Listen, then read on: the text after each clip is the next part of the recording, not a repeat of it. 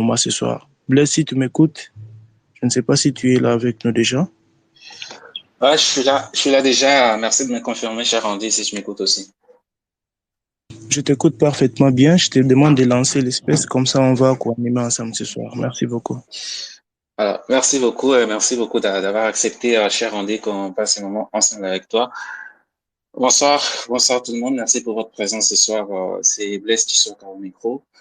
Ce soir, je ne serai pas seul. Je suis là avec un compatriote, Andy Tshisekedi, que vous voyez à côté de moi. Et c'est un grand plaisir de vous voir encore ce soir là présent, de répondre à ces spaces très importants et très pertinents que nous allons devoir nous échanger d'un moment à l'autre ensemble avec vous. Merci pour la disponibilité, merci pour l'engagement, merci pour l'enthousiasme que vous avez chaque fois quand nous organisons nos spaces. Merci à vous tous de disponibiliser de votre temps. Tout à l'heure, cher Andy a tenté de s'excuser. Exactement, nous nous excusons pour ces retards avec lesquels nous débutons ces échanges. C'était complètement dû à des petits problèmes techniques, comme vous le savez, ça intervient chaque fois et tout, mais bon, on en a quand même résolu. Merci pour votre patience. Bien sûr, vous êtes sur la page de la Force Stratégique de la République, vous ne vous êtes pas trompé. Ce soir, quand vous avez vu sur nos affiches et tout, nous sommes en train de parler d'un sujet très important, un sujet qui nécessite l'implication de tous, un sujet que nous allons débattre d'une manière un peu collégiale, patriotique, ensemble avec vous tous les auditeurs. Et c'est pour vous souhaitable que vous donniez vos points de vue, vos idées, votre manière de penser, votre manière de voir les choses sur ce sujet très important qui est la méthodologie appropriée pour appliquer la proposition de loi électorale. Donc, c'est autour de cette question, vous le voyez très bien écrit sur l'espèce. Donc, on va devoir nous échanger avec vous. Merci pour votre disponibilité. Sans plus tarder, je vais devoir vous présenter l'intervenant de ce soir. C'est quelqu'un qui n'est pas forcément présenté, mais on le fera quand même pour les autres. Ils ne le connaissent pas. On aura ce soir monsieur le professeur Daniel Mokoko Samba qui sera d'un moment à l'autre avec nous. C'est bien lui l'intervenant principal. Il va devoir diriger ces échanges ensemble avec nous tous. Vous aurez les micros, chacun de vous qui aura une idée, qui aura une suggestion, qui aura une vision tout autre, peut-être, de cette question sur la loi, la proposition de loi électorale. Il pourra toutefois contribuer, participer et échanger ensemble avec nous. Alors, comme souvent, la méthodologie pour avoir la parole est trop simple. Il suffit que vous cliquez juste en bas à gauche pour demander la parole. Une fois que la parole, vous nous la demandez, on va vous l'accorder. Demandez la parole, on va vous l'accorder. Vous allez vous exprimer, vous commencerez par vous présenter comme on le fait généralement et vous allez donner votre idée, vous allez donner votre suggestion, vous allez donner peut-être votre manière de voir les choses. Alors, permettez-moi de vous rappeler que la Force stratégique de la République, au nom de la Force stratégique de la République, nous vous disons merci au nom de son président qui est avec nous ce soir. Nous disons merci pour votre présence. Alors, sans plus tarder, comme je vous le disais tout à l'heure, il est déjà avec nous. Il est déjà avec nous, c'est l'intervenant de ce soir. Je me permets quand même de vous le présenter. Il est ancien directeur du cabinet du Premier ministre sous le régime Adolphe Mozito. C'est un ancien collaborateur plutôt du programme des Nations Unies pour le développement, PNID. C'est un économiste, vous savez, c'est un grand professeur, enseignant et c'est aussi un fermier. Il pourra se présenter lui-même par la suite. Alors, si on va un tout petit attaquer les sujets.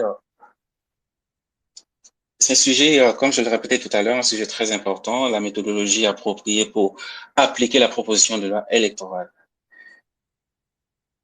Pour une petite introduction, vous le savez, cette proposition de loi électorale est l'œuvre du groupe de 13 personnalités politiques de la société civile, exactement, appelée autrement G13. Cette proposition qui regorge de multiples innovations, a été présentée à l'Assemblée nationale par l'honorable Denis Sessanga, qui s'est fait accompagner par l'honorable Jacques Njoli et l'honorable Jean-Jacques Mamba, qui n'ont pas hésité d'ailleurs en présentant cette proposition de loi à préciser que cette proposition de loi propose plusieurs innovations en vue de garantir la transparence aux élections, notamment l'interdiction de distribuer de l'argent, des biens, des valeurs aux électeurs pendant la campagne électorale, l'interdiction des cumuls des candidatures, l'interdiction des porter comme suppléant un membre de sa famille ou un membre de sa famille, bien sûr, biologique, l'abandon de la proportion de l'adoption des scrutins majoritaires simples Et il y en a plusieurs, ces innovations qui ont apparu dans cette proposition de loi. Alors, certains députés, majoritairement c'est de FCC, évoquent le manque de consensus autour de cette question et disent qu'il n'y a pas eu consensus pour mettre en place ou pour proposer cette loi électorale. Pendant que le G13, qui a d'ailleurs initié cette loi, rappelle que son initiative, son initiative est elle-même les produits d'une large consensus, ce qui est vraiment compliqué. Pour rappel, sous le régime de Madame Janine Mabunda, qui était à l'époque présidente de cette Assemblée nationale, les FCC qui étaient majoritairement représentés dans cet hémicycle avaient rejeté la démarche du G13 qui visait à la recherche de consensus sur les réformes électorales. Alors, la FCC aussi accusé les G13 de mener des démarches extra-constitutionnelles. Aujourd'hui, le G13 visiblement semble répliquer dans le même sens en insistant que toutes les discussions autour de la loi électorale doivent s'effectuer dans l'Assemblée nationale et non en dehors de ces cadres légaux. Alors, ce soir, nous allons tenter avec notre intervenant qui est déjà là avec nous de répondre à quelques questions et vous aussi, vous aurez la parole pour vous expliquer, pour donner votre point de vue sur ce sujet. Quelle est la véritable procédure que devrait ou que doit suivre cette proposition de loi électorale? Comment faire pour parvenir à un consensus admissible pour tous, c'est-à-dire y compris les G13, y compris la SENCO, y compris les CC, voire même le FCC? Quelles sont les éventuelles conséquences relatives à l'application de cette loi électorale? Ce sont les trois questions introductives. Bien sûr, il y en aura bien évidemment tant d'autres. Nous allons essayer de discuter tous ensemble sur cette question. Je pense que notre intervenant de ce soir, il est déjà là. Cher Andy, si tu m'écoutes, je te repasse la parole si tu as quelque chose à ajouter avant qu'on accorde la parole à notre intervenant. Merci beaucoup, cher Blaise. Nous avons entendu tout ce que tu as essayé de brosser comme introduction pour notre espèce de ce soir et c'est bien fait. Bravo de ta part. Je voudrais aussi insister sur le fait qu'hier, à cause de cette proposition de loi, il y a eu des morts d'hommes, il y a eu des blessés du côté des lécidés, etc. Les gens qui avaient tenté de manifester contre cette proposition, il y a eu des morts et ça a été publié aujourd'hui. Bon, je pense qu'avec l'intervenant de ce soir, peut-être qu'on ne parlera pas de ça, mais c'est aussi une actualité qui est toujours en rapport avec c'est sur quoi on va tabler ce soir. Mais de mon côté, sans plus tarder, ce que tu as brossé, c'est tout à fait clair et net. Nous pouvons donner la parole à notre intervenant principal pour qu'il nous dise ce qu'il en sait et ce qu'il pense de cette proposition de loi. Quelles sont les innovations qui sont strictement bonnes pour nous? Qu'est-ce qui peut nous aider à avancer, etc. Merci beaucoup. On peut demander au prof d'accepter les micros qu'il lui a envoyés pour qu'il puisse avoir la parole et commencer l'espèce de ce soir. Prof Daniel, nous vous avons envoyé une invitation. Prière d'accepter les micros et de l'ouvrir, s'il vous plaît, avant de prendre la parole.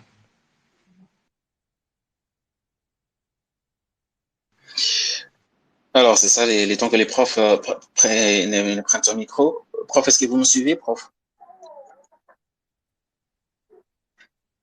Alors, bien sûr que peut-être vous nous suivez, il est juste question que vous activiez votre micro et vous aurez la possibilité de nous parler et nous allons vous écouter. Prof, est-ce que vous êtes là? Oui, votre micro est désactivé. Qu'il a accepté l'invitation. Professeur, il suffit seulement d'appuyer le micro parce que là, votre voix, votre parole.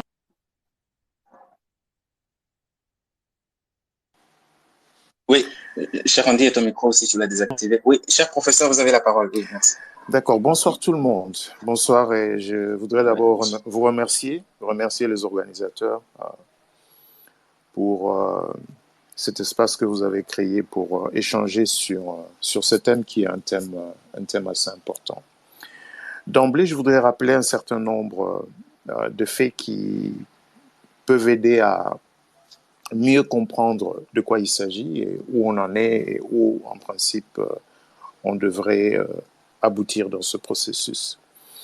Le G13, nous sommes un groupe de personnes, de citoyens congolais, de tous bords.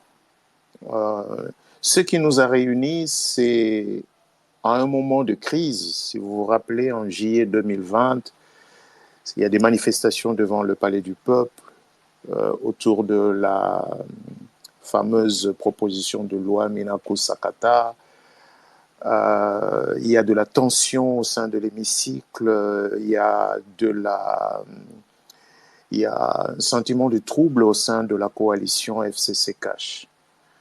Ce qui nous a donc réunis, c'est cet esprit de dépassement. Nous nous sommes retrouvés de personnes appartenant au FCC, au PPRD ou au PALU ou au MLC, le MLC qui à l'époque, bien sûr, était dans l'opposition parce que ne faisant pas partie de la coalition FCC Cash.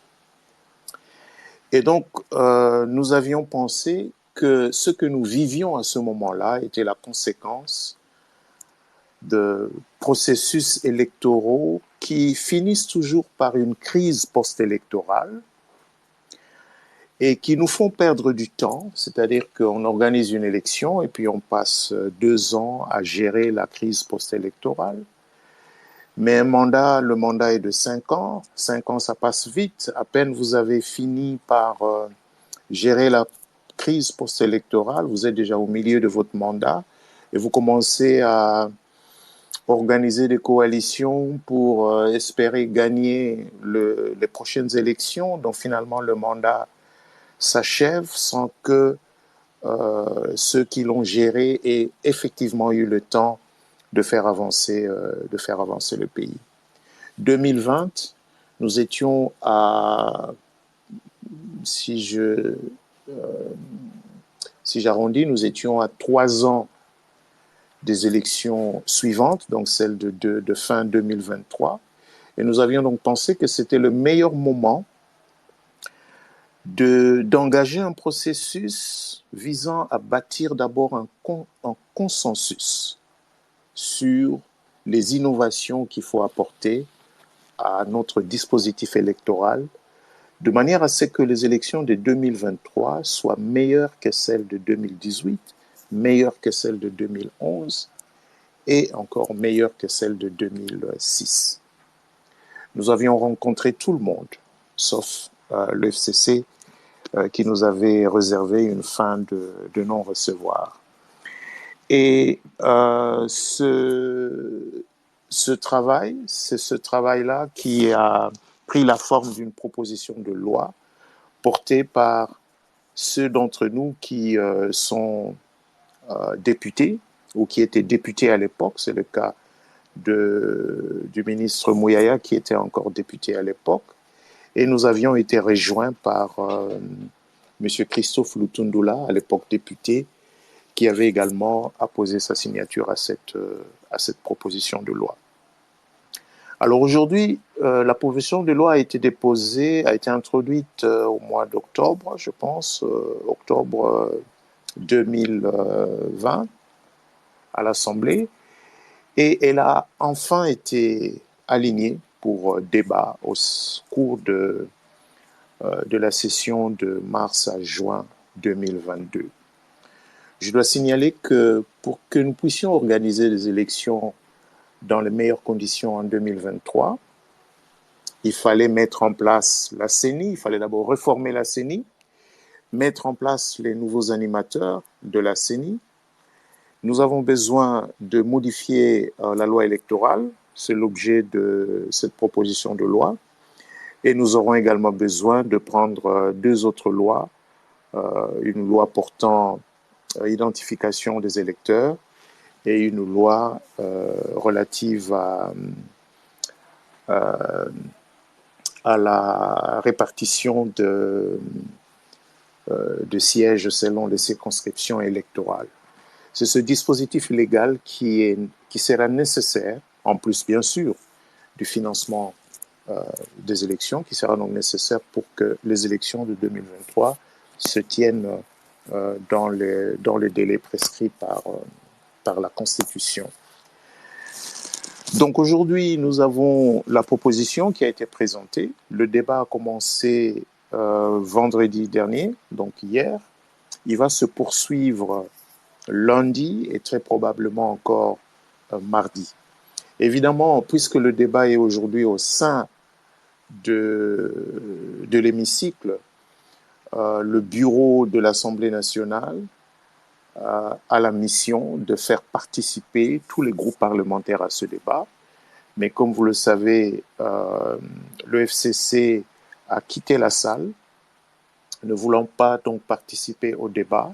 Nous, G13, nous avons rencontré le bureau de l'Assemblée pour une fois encore insister auprès donc, du président Bosso, lui demander de faire tout son possible pour ramener tous les groupes parlementaires. Pourquoi c'est important d'avoir un consensus? C'est parce qu'une loi électorale, c'est pas une loi qu'une majorité impose sur une minorité. Une loi électorale, elle met en place les règles du jeu. Et c'est donc important que tous participent à son élaboration pour que tous se sentent soumis aux mêmes règles lorsque l'arbitre électoral aura sifflé le début de la compétition, une compétition que nous voulons pacifique, que nous voulons apaisée et que nous voulons inclusive, bien sûr.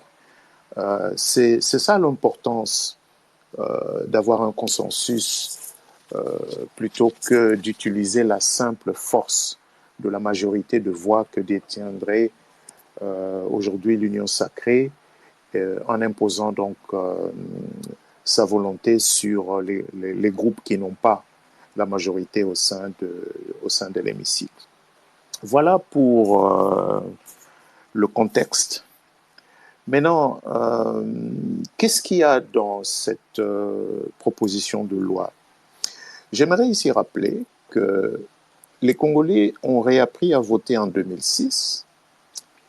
Nous avons également voté en 2011 et nous avons voté en 2018.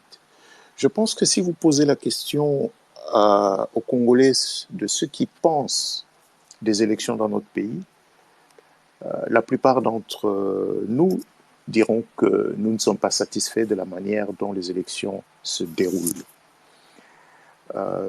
Une élection, elle doit être sincère. Pour qu'elle soit sincère, il faut qu'elle soit transparente. Il faut que le vote des citoyens soit fidèlement retracé dans les résultats qui sont publiés par la centrale électorale et qui sont confirmés par les juridictions compétentes. Et donc, nous avons voulu dans cette loi régler, si vous voulez, un certain nombre de problèmes. Le premier problème, il est relatif à la composition des assemblées. Si vous regardez l'Assemblée nationale aujourd'hui, que ce soit l'Assemblée, cette législature, ou la législature de 2011 ou celle de 2006, vous allez trouver qu'aucun parti n'arrive à obtenir une majorité claire.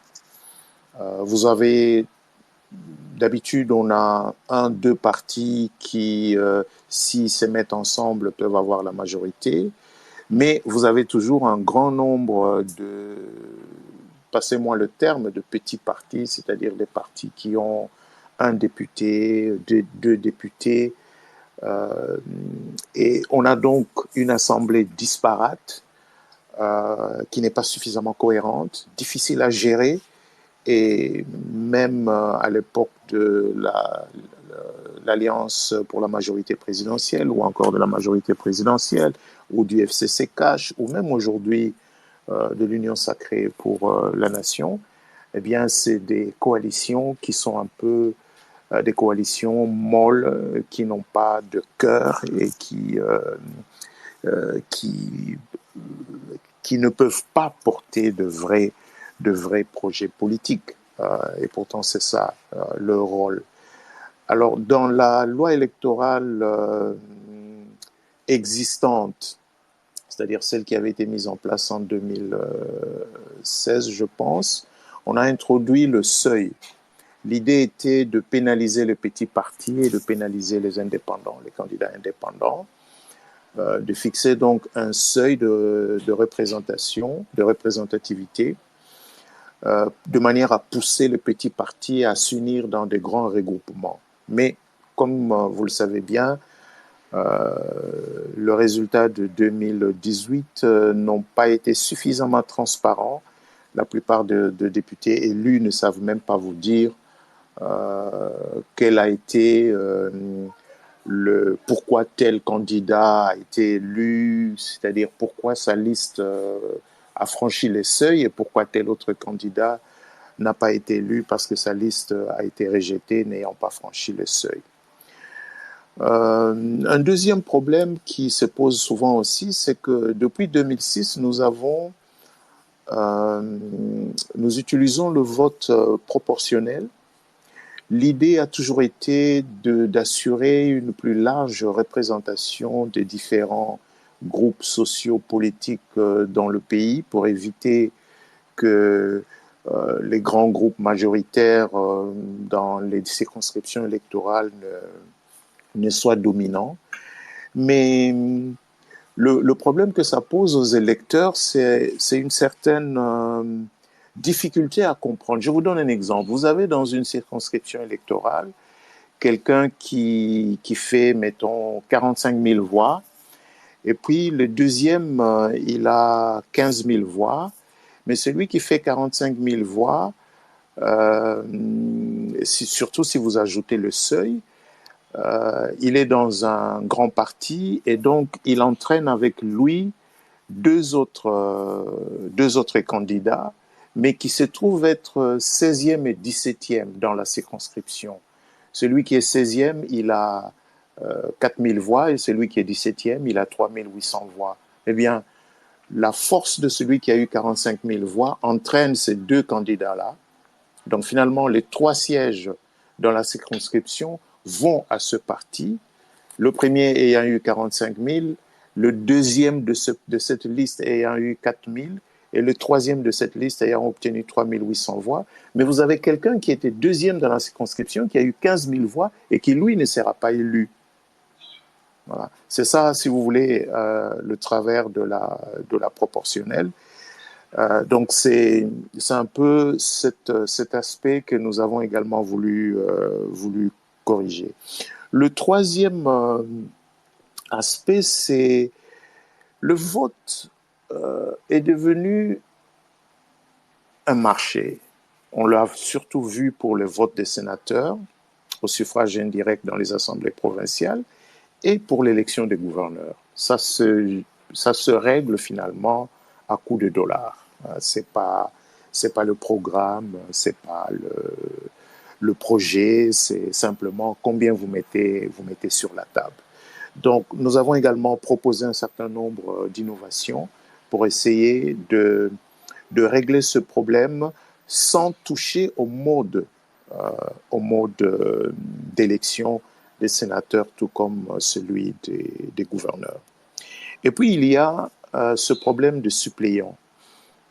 Évidemment, quand vous avez le seuil, la proportionnelle, et puis vous y ajoutez le fait qu'il est permis à quelqu'un d'être à la fois candidat président, candidat député national, candidat député provincial, bien, il n'est pas élu président, mais il est élu député national et il est élu député provincial. Alors, il a comme suppléant député national son épouse, il a comme suppléant député provincial son fils. Et puis, lui, maintenant, il va se présenter aussi, lorsque les assemblées provinciales sont constituées, il va se présenter candidat sénateur. Et il a comme suppléant sa fille. Alors, il renonce à son siège à l'Assemblée nationale, il y laisse son épouse, il renonce à son siège à l'Assemblée provinciale, il y laisse son fils, et lui, il est élu sénateur, et il a comme suppléant sa fille. Vous savez, c'est pas très... Évidemment, il y a des gens qui vont dire, oui, c'est démocratique, mais ça, c'est pas ça. Je pense que c'est pas ça qu'on entend par la démocratie, surtout si celle-ci doit s'exercer au travers des partis politiques. Parce que, bon, si c'est des partis familiaux, alors on est bien loin de la démocratie libérale telle qu'on la conçoit d'habitude. Et puis, le problème fondamental, c'est aussi celui de la publication des résultats. Depuis 2006, nous avons un système qui fonctionne de la manière suivante. Le vote, il se déroule dans le bureau de vote. Et lorsque le bureau ferme, le dépouillement se fait dans le bureau de vote. On peut supposer qu'il se fait devant les témoins des candidats, ce qui n'est malheureusement pas toujours possible. Mais enfin, ça, c'est pas la faute des organisateurs, c'est la faute des candidats qui, parfois, n'arrivent pas à déployer des témoins dans tout le bureau de vote. Et le bureau de vote, on peut en avoir, je pense que là, pour les élections de 2023, on en aura à peu près 90 000. Donc, les bulletins sont dépouillés et la loi prévoit que les résultats soient affichés. Ils sont affichés, mais d'habitude, le lendemain même à midi, si vous y passez, bon, les résultats ne sont plus sur les murs où ils auront été affichés. Et puis, ils sont supposés être transmis à un centre local de compilation avant d'être transmis donc à Kinshasa, au Centre national de traitement. Mais cette étape de la compilation est finalement devenue un laboratoire où les résultats sont modifiés. Sans nécessairement modifier les totaux, mais les résultats sont modifiés. Tous ceux qui ont été candidats, tous ceux qui ont participé aux élections vous diront comment ça se passe, et ça se passe aussi le plus souvent à coup d'argent. Voilà. Donc, cette question, je pense que c'est là que l'élection perd toute sa sincérité, et c'est ce problème-là que nous avons voulu bien sûr résoudre. Et enfin, le problème maintenant du vote électronique, parce que comme vous le savez, en 2018, on a utilisé la machine à voter. Ceux qui étaient de l'opposition étaient contre l'utilisation de la machine à voter, mais la machine à voter a été utilisée. Elle a plutôt été assez largement acceptée par les électeurs et n'est pas compliquée. La majorité de l'époque l'avait présentée comme une simple imprimante. Mais on sait qu'en 2018, la machine à voter a pu transmettre les données. Donc ce n'est pas une simple imprimante. Donc aujourd'hui, nous avons un vide du point de vue légal pour encadrer ce vote électronique, parce que fondamentalement, on est entré dans une ère de vote électronique en République démocratique du Congo, mais il n'existe pas dans la loi des garde-fous. Et donc, la CENI a toute la liberté d'utiliser la machine à voter comme elle l'entend. Donc, nous avons également voulu mettre dans cette proposition un régime spécifique, légal, qui encadre donc la manière dont, ou qui met des garde-fous dans l'utilisation que la CENI fera de la machine à voter. Voilà donc les grands idées que nous avons voulu aborder dans cette proposition de loi. Je pourrais partager, je ne sais pas si tous ont reçu ou bien ont pris connaissance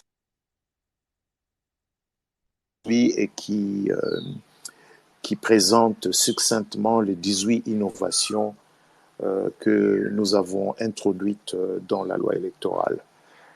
Mais je préfère vous rendre la parole en espérant que les questions que vous allez me poser me permettront de revenir de manière spécifique sur l'une ou l'autre de ces innovations. Merci beaucoup, Monsieur le professeur Daniel. Merci beaucoup pour votre intervention, surtout pour tous ces détails que vous avez apportés sur cette proposition de loi. Tout à l'heure, avant que je remette la parole à mon confrère Andrea, qui ne pourra pas manquer aussi quelque chose à ajouter sur ce que vous avez dit ou une question, tout ça, je demanderai aux auditeurs, si vous avez une question, vous avez une proposition, vous avez une idée, n'hésitez pas à demander la parole. Elle vous sera accordée et le professeur Daniel Mukoko est là. Il va devoir s'échanger ensemble avec nous autour autour de ces sujets. Mais bien avant qu'on accorde également la parole aux auditeurs, cher professeur, moi j'avais, quand vous avez fait votre exposé, il est tout à fait clair.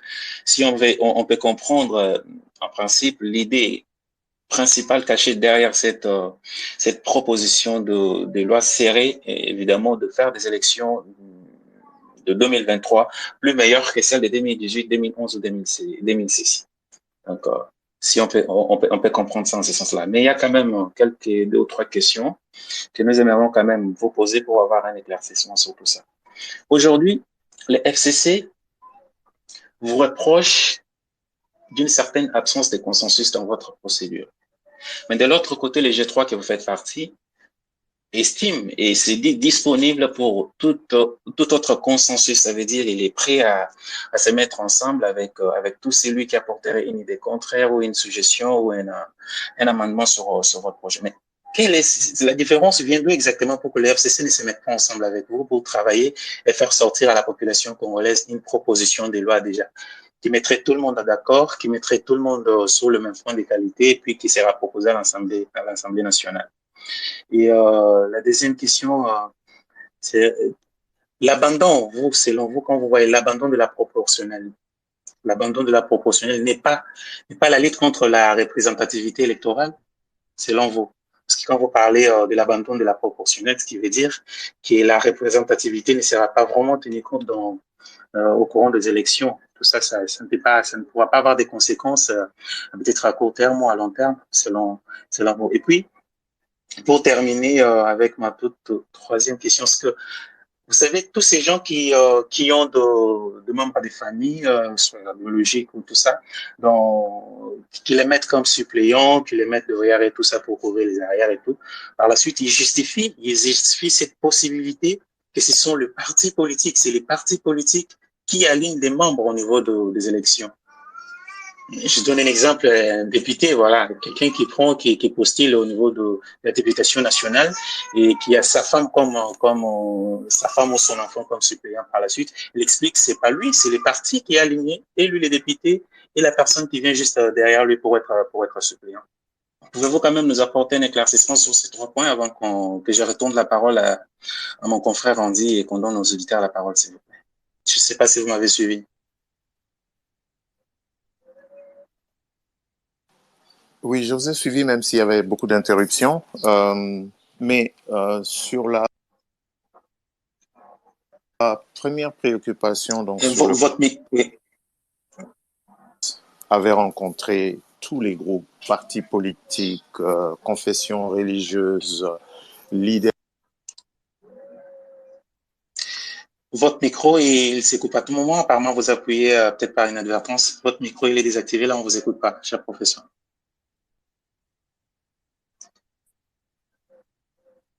Ah bah, excusez-moi. Ouais. Vous me suivez maintenant, je suppose. Hein, mon micro est activé. Parfaitement. Donc, allez-y. Vous avez une marche conciliante, consensuelle. Nous avons vu tout le. Oui. Ça continue à couper. Chaque fois qu'on rencontrait les personnes, cher professeur, nos interlocuteurs, ce qu'étaient nos. Nous vous suivons. S'il vous plaît, cher professeur. De leur priorité. Nous vous suivons tellement très mal parce que votre micro, il ne cesse de s'écouter à tout moment. Sûrement qu'il y a une touche qui s'appelle par inadvertance. Donc, nous c'est votre micro qui ne cesse de s'écouter. Là, voilà, il est désactivé actuellement. Il s'active après un moment. Sûrement qu'il y a une touche qui s'appuie par inadvertance.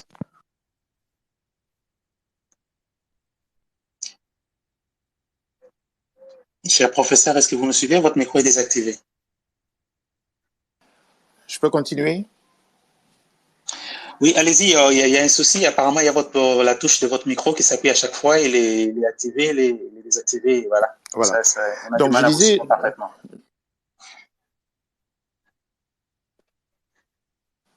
mon micro est activé pour le moment. D'accord, nous vous suivons. Allez-y. OK. Donc, je disais, nous avons eu une demande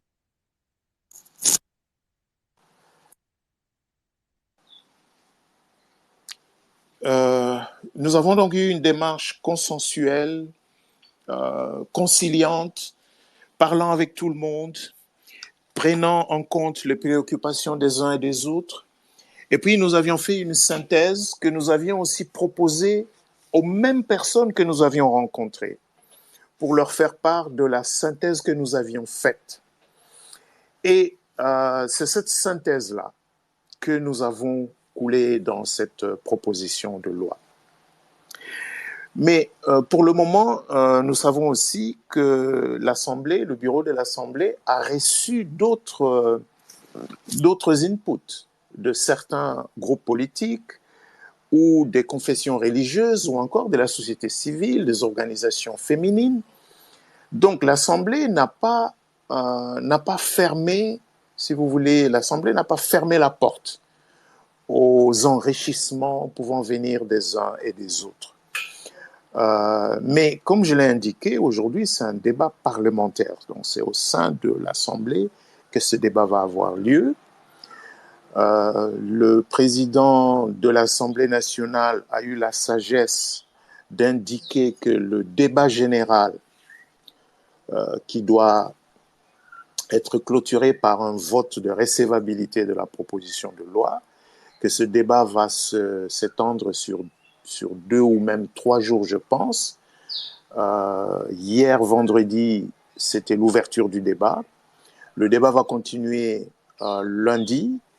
Et lorsque le G13 a rencontré le bureau de l'Assemblée, le président Bosso a été clair qu'à la clôture, à la fin des échanges, il y aura un travail de synthèse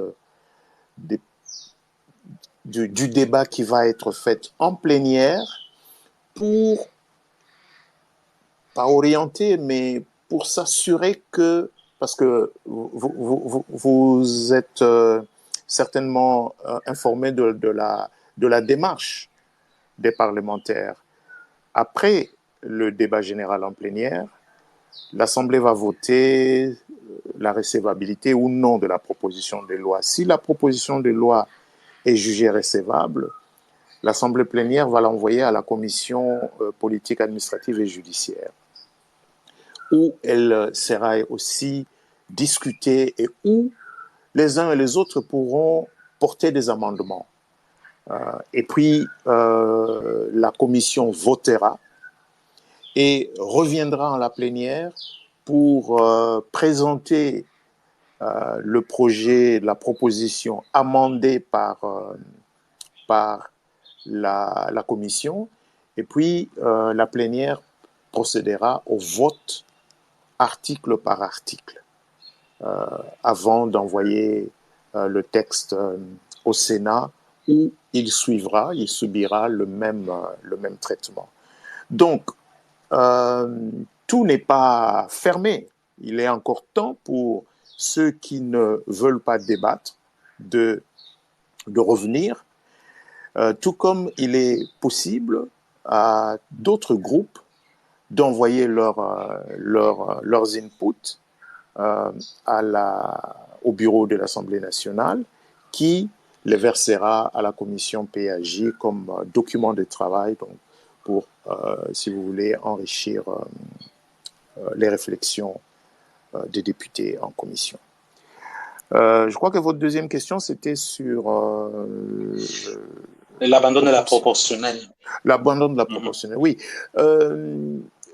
Nous savons que sur les propositions que nous avons faites, par exemple sur les seuils, nous on proposait d'abandonner les seuils et de le remplacer par un critère de recevabilité de la liste, c'est-à-dire que si vous venez avec une liste, vous devez avoir aligné des candidats dans au moins 60% de sièges. Donc, ce qui signifie vous devez avoir une liste d'au moins 300 candidats avant que votre liste ne soit jugée recevable. Ça permet aussi de favoriser, si vous voulez, les grands groupes, parce que c'est ça l'objectif du seuil.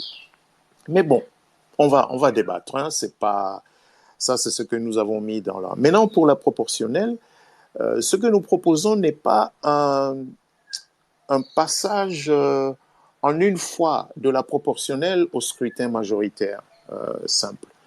Mais je pense que ça va se faire plutôt de manière progressive parce qu'aujourd'hui, nous avons une situation hybride dans nos circonscriptions électorales. On a des circonscriptions électorales à un seul siège. Et on a des circonscriptions électorales à plus d'un siège. Dans le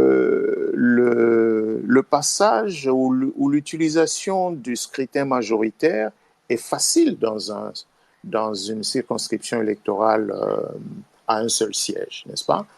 On pense d'ailleurs qu'à terme, si un jour nous redéfinissons nos circonscriptions électorales pour n'avoir que des circonscriptions uninominales, à ce moment-là, l'usage du scrutin majoritaire sera beaucoup plus simple. Mais enfin, je crois que le débat est lancé et nous, G13, ce n'est pas nous qui allons imposer notre volonté, mais la volonté sera celle de la synthèse qui se fera au terme du débat. Et puis votre troisième question, je pense qu'il s'agissait il y avait beaucoup d'interruptions à ce moment-là, malheureusement. Oui, c'était cette question sur les suppléants qui sont alignés par des partis politiques. Oui, sur les suppléants.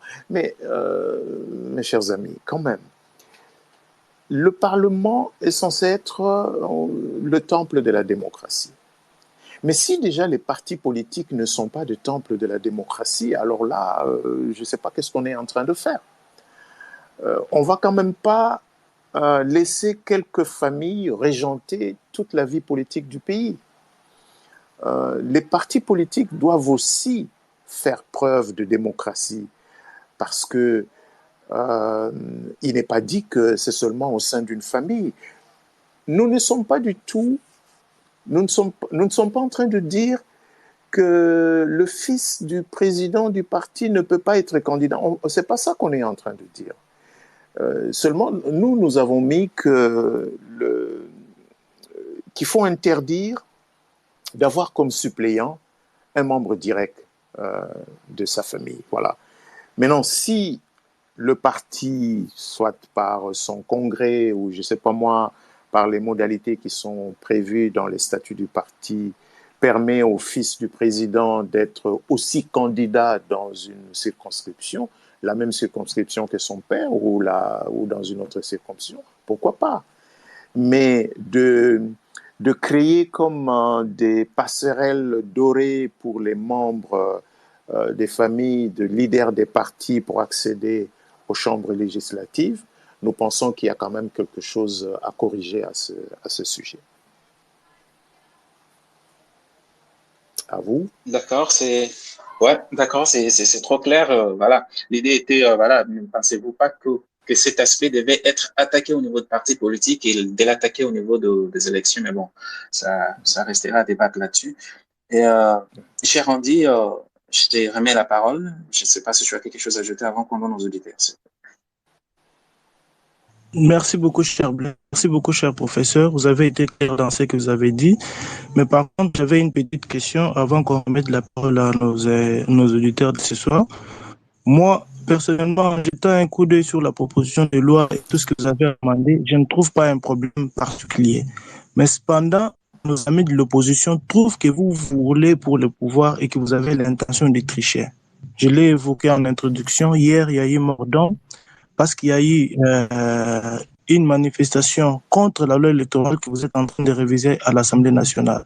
Alors, à votre niveau, les G13 déjà, je ne parle pas de l'Assemblée nationale où la loi s'est déroulée, mais vous, à votre niveau qui avez proposé, quelles sont les démarches que vous avez entreprises pour mettre tout le monde autour de la même table, pour que tout le monde soit sur la même place, ne pensant pas que vous êtes là pour rouler pour un camp ou pour un autre, mais que vous voulez que les élections se déroulent bien, contrairement aux trois que nous avons connus les années antérieures.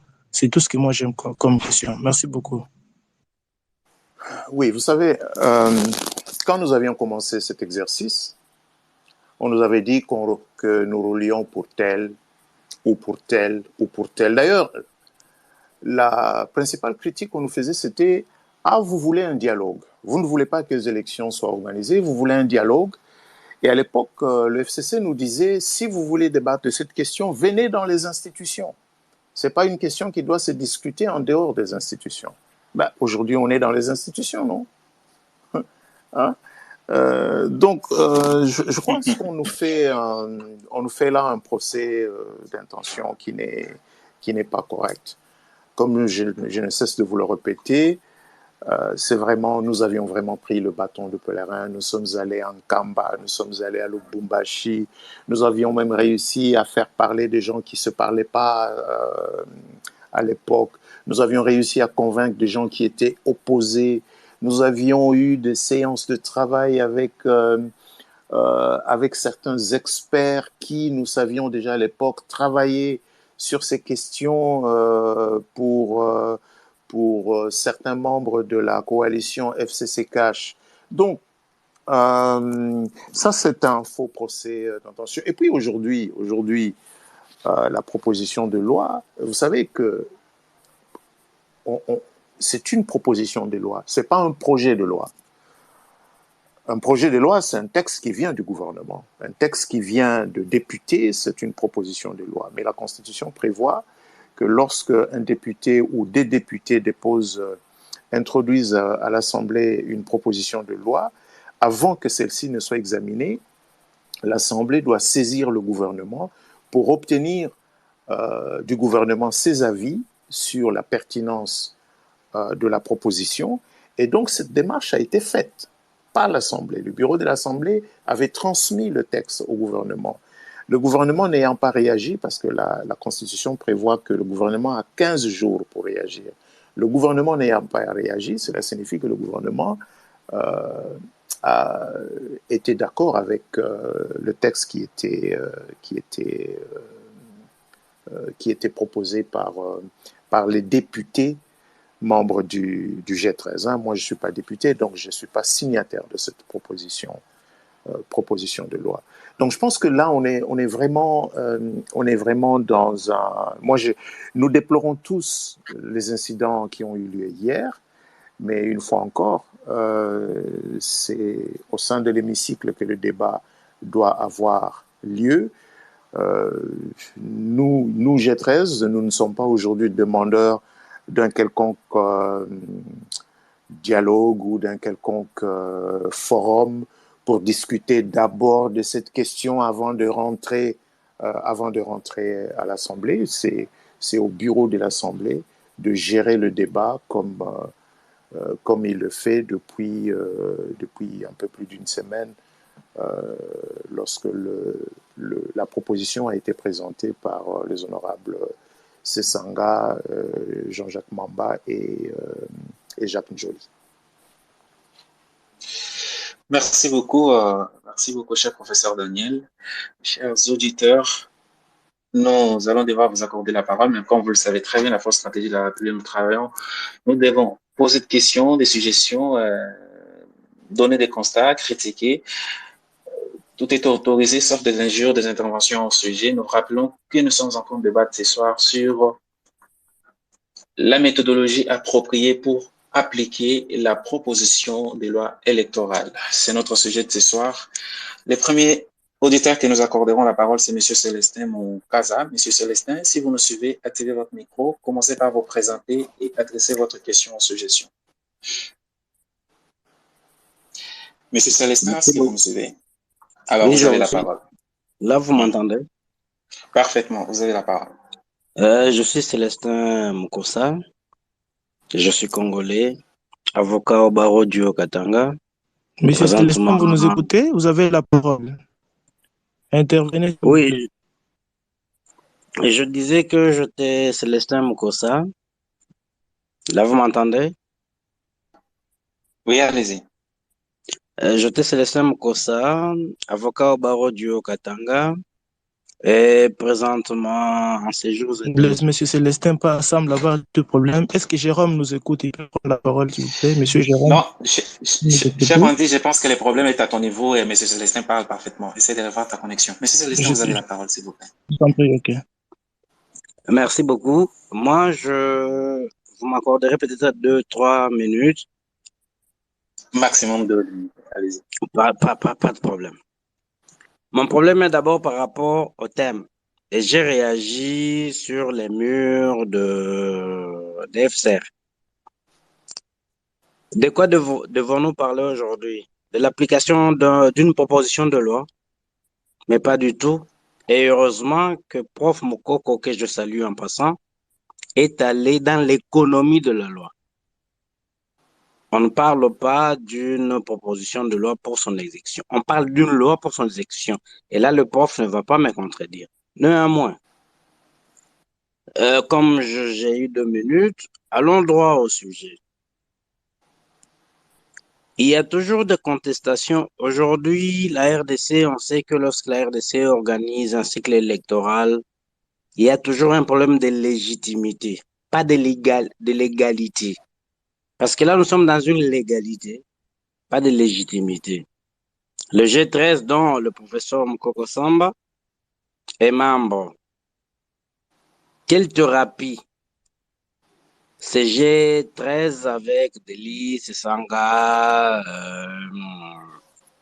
les confrères Jean-Jacques Mamba, apparemment plus sont avocats, ils sont avocats que moi, hein, ont pu dénicher parce qu'il ne faudrait pas qu'on ne vide pas la question.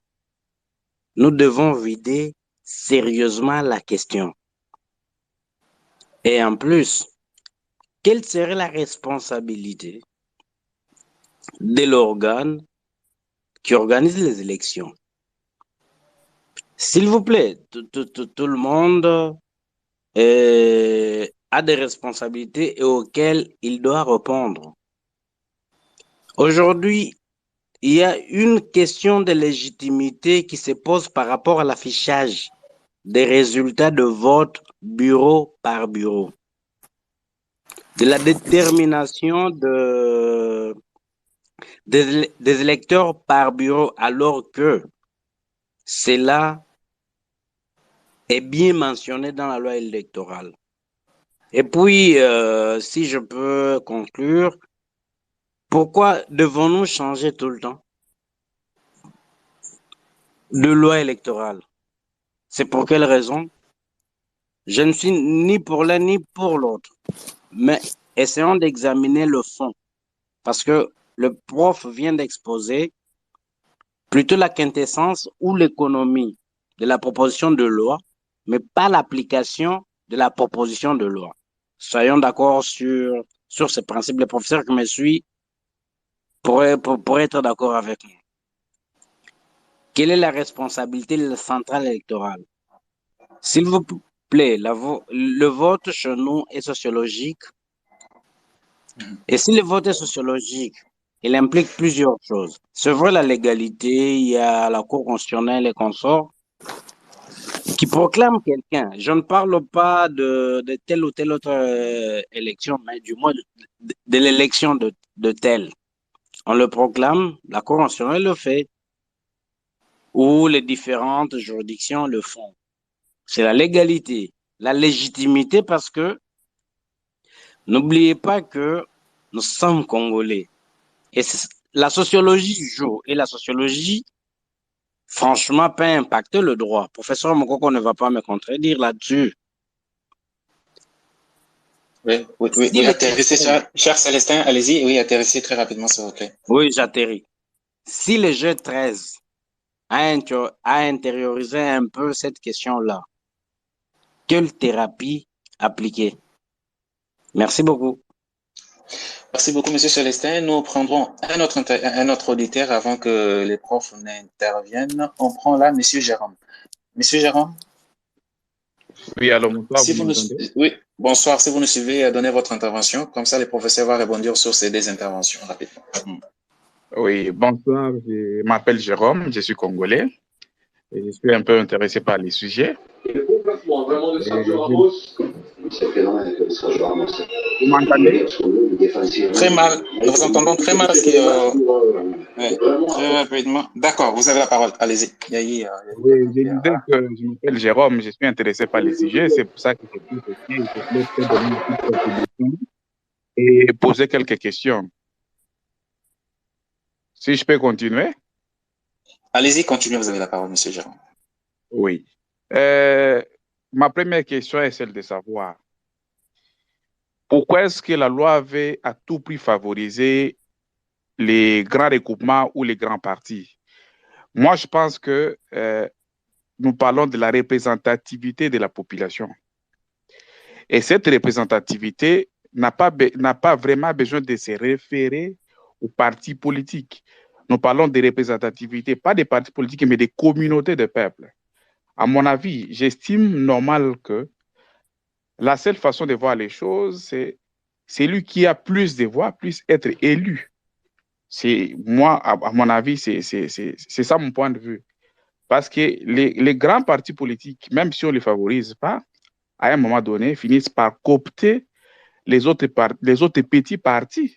Et ils font ce que nous voyons donc, au niveau et de l'Assemblée nationale et du Sénat. Maintenant, ma première question, c'est celle de savoir, voter la loi, c'est bien.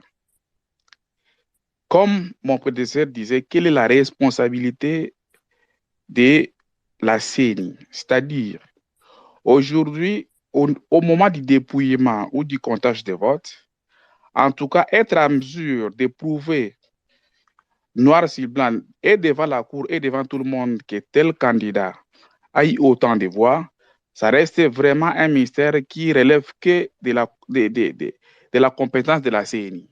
Aucun candidat, même les candidats présidents de la République qui sont censés mettre suffisamment de moyens pour récolter leurs voix, pour avoir leurs données, ils ne sont pas en mesure de prouver devant la Cour constitutionnelle que voilà, moi, candidat X, j'ai gagné, j'ai été élu par autant de voix et voici le preuve de mes voix.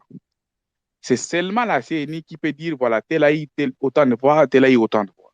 Les autres n'ont que des partis, des petites quantités par-ci, par-là. La loi, c'est bien parce que moi, je pense qu'à mon niveau, c'est là que se posent réellement les problèmes. C'est de savoir, Oui, mais c'est Jérôme a oui, été élu par intéressé, oui. autant de voix. Mais c'est X a été réellement élu par autant de voix et c'est vraiment clair. C'est là qu'il y a le problème. Et par rapport à notre pays qui est le Congo, moi je me pose vraiment comment est-ce que la loi peut arriver à résoudre cette question. Nous avons un pays suffisamment grand avec des coins difficilement accessibles. Je me demande comment est-ce que euh, la loi arrive à résoudre cette question parce que c'est ça, à mon avis, c'est là que le problème réellement se pose. Et OK. la dernière Oui, question, c'est terminez très rapidement, cher Jérôme, s'il vous plaît. OK, la dernière question, c'est nous avons eu un Sénat qui a été élu tel que nous le savons, avec beaucoup de contestations. Et ce sont ces gens-là qui sont censés s'asseoir pour discuter de la transparence des élections prochaines. Est-ce que vraiment nous devons leur faire confiance? Même à l'Assemblée nationale, OK. c'est un peu compliqué. Est-ce que vraiment nous devons faire confiance à ces gens? Merci. D'accord, le prof vous a très bien suivi. Prof, nous vous retournons la parole pour répondre quand même sur ces deux interventions, s'il vous plaît. Merci beaucoup. Merci à Célestin et à Jérôme. Je pense que Célestin et Jérôme ont mis le doigt sur... ils ont vraiment mis le doigt sur la plaie. D'emblée, laissez-moi vous dire que nous n'avons pas proposé une nouvelle loi électorale. La proposition que nous avons, la proposition du G13 est une proposition de loi portant révision de la loi. Donc c'est une proposition qui modifie et qui complète la loi électorale. Et qu'est-ce qu'il y a là-dedans? Cette proposition n'a que 3 articles. Le premier article modifie 45 articles de la loi en vigueur. Donc il y a une loi qui est en vigueur. Nous modifions 45 articles de la loi en vigueur. Et puis, le deuxième article dans la proposition a inséré 10 nouvelles dispositions. Et le troisième article abroge les dispositions contraires à la proposition. Donc, ce n'est pas une loi qui vient se substituer à la loi existante, c'est une proposition de loi qui modifie et qui complète la loi en vigueur. Alors, cette question de légitimité, de sincérité du vote, c'est la question essentielle. C'est la question essentielle. Et puis, la deuxième question essentielle, c'est que l'électeur doit comprendre le résultat. Quand on lui dit tel a eu 4800 voix, il est élu, tel autre a eu 15 000 voix, il n'est pas élu. Je pense que c'est Célestin qui parlait de vote sociologique. Effectivement, il y a des endroits où on se demande, mais pourquoi nous qui avons voté massivement, notre candidat, il a eu 15 000 voix, mais il ne va pas nous représenter. Mais celui qui a eu 4800 voix va aller nous représenter au Parlement. Donc, à un moment donné, il faut savoir rapprocher le mode du suffrage avec, si vous voulez, le comportement ou la sociologie politique du milieu. Qu'est-ce que nous avons mis dans la proposition pour essayer de régler ce problème? Il s'agit essentiellement de la question de la publication des résultats. Aujourd'hui, le système, comme je vous disais, c'est un système qui prévoit que la publication des résultats est de l'apanage exclusif de la CENI au niveau central. Ça signifie quand les électeurs ont fini de voter, les bulletins sont dépouillés, les résultats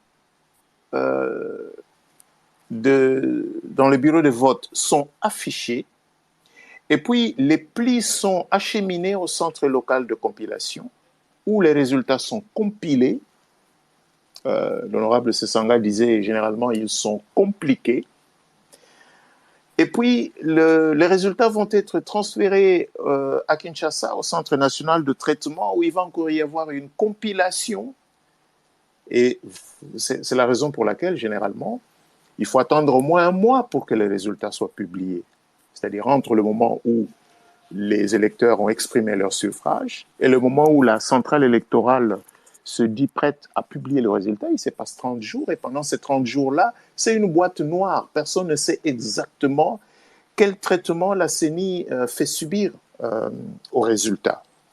Donc, ce qu'il y a dans cette proposition de loi, c'est une disposition qui rendrait possible la publication partielle des résultats. Comme cela se fait dans beaucoup de pays, même ici en Afrique. Pour ceux qui ont suivi les dernières élections en Zambie, où on sait vous dire, dans la circonscription électorale de Befale, tel centre de vote, le candidat tel a eu autant de voix, le candidat tel a eu autant de voix. C'est les résultats qui sont publiés, bureau de vote par bureau de vote, valent publication, pas simplement affichage. Mais on considère que ces résultats sont publiés et qu'ils sont donc opposables à tous. Et nous prévoyons qu'il y ait un centre national de publication des résultats. Pour ceux qui suivent comment ça se passe dans un pays comme l'Afrique du Sud ou comment ça se passe dans d'autres pays africains, eh bien, le Centre national de publication des résultats, c'est un peu la maison des élections, c'est la grande place où les partis politiques, les observateurs, les témoins, la presse, les leaders des partis politiques se retrouvent le soir et assistent à l'affichage sur le grand écran des résultats tels qu'ils ressortent dans les différents bureaux de vote à travers le pays. Évidemment, vous allez me dire, ah mais oui, nous, on n'a pas les infrastructures. Ça, ce n'est pas... on ne peut pas dire au XXIe siècle, alors que nous sommes dans un pays aujourd'hui où on peut trouver le téléphone cellulaire un peu partout, même s'il faut reconnaître qu'il y a encore quelques poches par-ci, par-là. Nous savons tous que la CENI, déjà en 2006, avait suffisamment de téléphones Touraya. C'était aussi le cas en 2018. Donc, il existe suffisamment de moyens électroniques pour transférer rapidement les résultats tels qu'ils ont été publiés au niveau local et qu'ils arrivent non transformés, non ajustés par quelques centrales obscures, que ce soit au niveau provincial ou au niveau central, et qui soient affichés par tout le monde. Et en plus, dans la proposition de loi, nous proposons que ces résultats qui sont publiés doivent être transmis en copie aux juridictions compétentes pour les contentieux électoraux, pour qu'on cesse avec cette histoire d'un candidat qui vient voir une juridiction, qui vient se plaindre devant une juridiction en disant « moi, on m'a volé mon élection », et le tribunal lui dit « apportez-nous les preuves ». Aujourd'hui, les moyens de la preuve doivent être obligatoirement rendus disponibles à la juridiction compétente pour que finalement le droit soit dit de manière un peu plus juste. Et nous prévoyons également dans la proposition de loi des sanctions exemplaires, y compris des sanctions au niveau pénal pour le staff de la CENI à tous les niveaux qui se livrerait au trafic des résultats pendant le transfert entre le bureau de vote ou le centre de vote et le niveau central. À vous. Merci beaucoup, cher professeur, pour votre intervention. On continue avec les auditeurs. Là, on accorde la parole à monsieur, je crois que ça doit être un monsieur, Wandja. Wandja, est-ce que vous nous suivez? Oui, bonsoir. Bonsoir, vous avez la parole. Oui, d'accord. Moi, c'est monsieur Wandja. Je suis avocat au barreau de Kinshasa Matete et je suis aussi consultant juridique de la RTNC, la Radio-Télévision Nationale Congolaise. En fait, j'avais deux préoccupations. Ma première préoccupation, et je suis un petit peu dérangé par rapport aux multiples modifications de la loi électorale. J'aurais à rejoindre un interlocuteur, un intervenant qui a eu à, je pense, parler sur le même point, du pourquoi, en fait, de cette modification. Aujourd'hui, on a comme l'impression que cette loi électorale doit être taillée sur mesure pour X ou Y regroupement politique. C'est l'impression qu'on a, nous, la population. Deuxièmement, c'est l'opportunité, au fait, de tout le temps essayer de modifier la loi électorale à quelques mois, ou disons un an avant les élections. Nous allons nous rappeler de ce qui est arrivé avant les élections en 2018. En 2017, nous avions été aussi frappés par une modification de la loi électorale, si je ne me trompe pas. Et aussi aujourd'hui, en 2022, il y a aussi cette proposition faite par nos représentants au niveau de l'Assemblée nationale. Alors, pourquoi c'est toujours un an? Parce que ces problèmes de seuil ou bien de l'imperfection de cette loi électorale a été soulevé même pendant les élections 2018. Il y a eu 2019, 2020, 2021. Mais pourquoi attendre un an? Nous avions comme l'impression qu'on veut déséquilibrer un petit peu le processus des élections.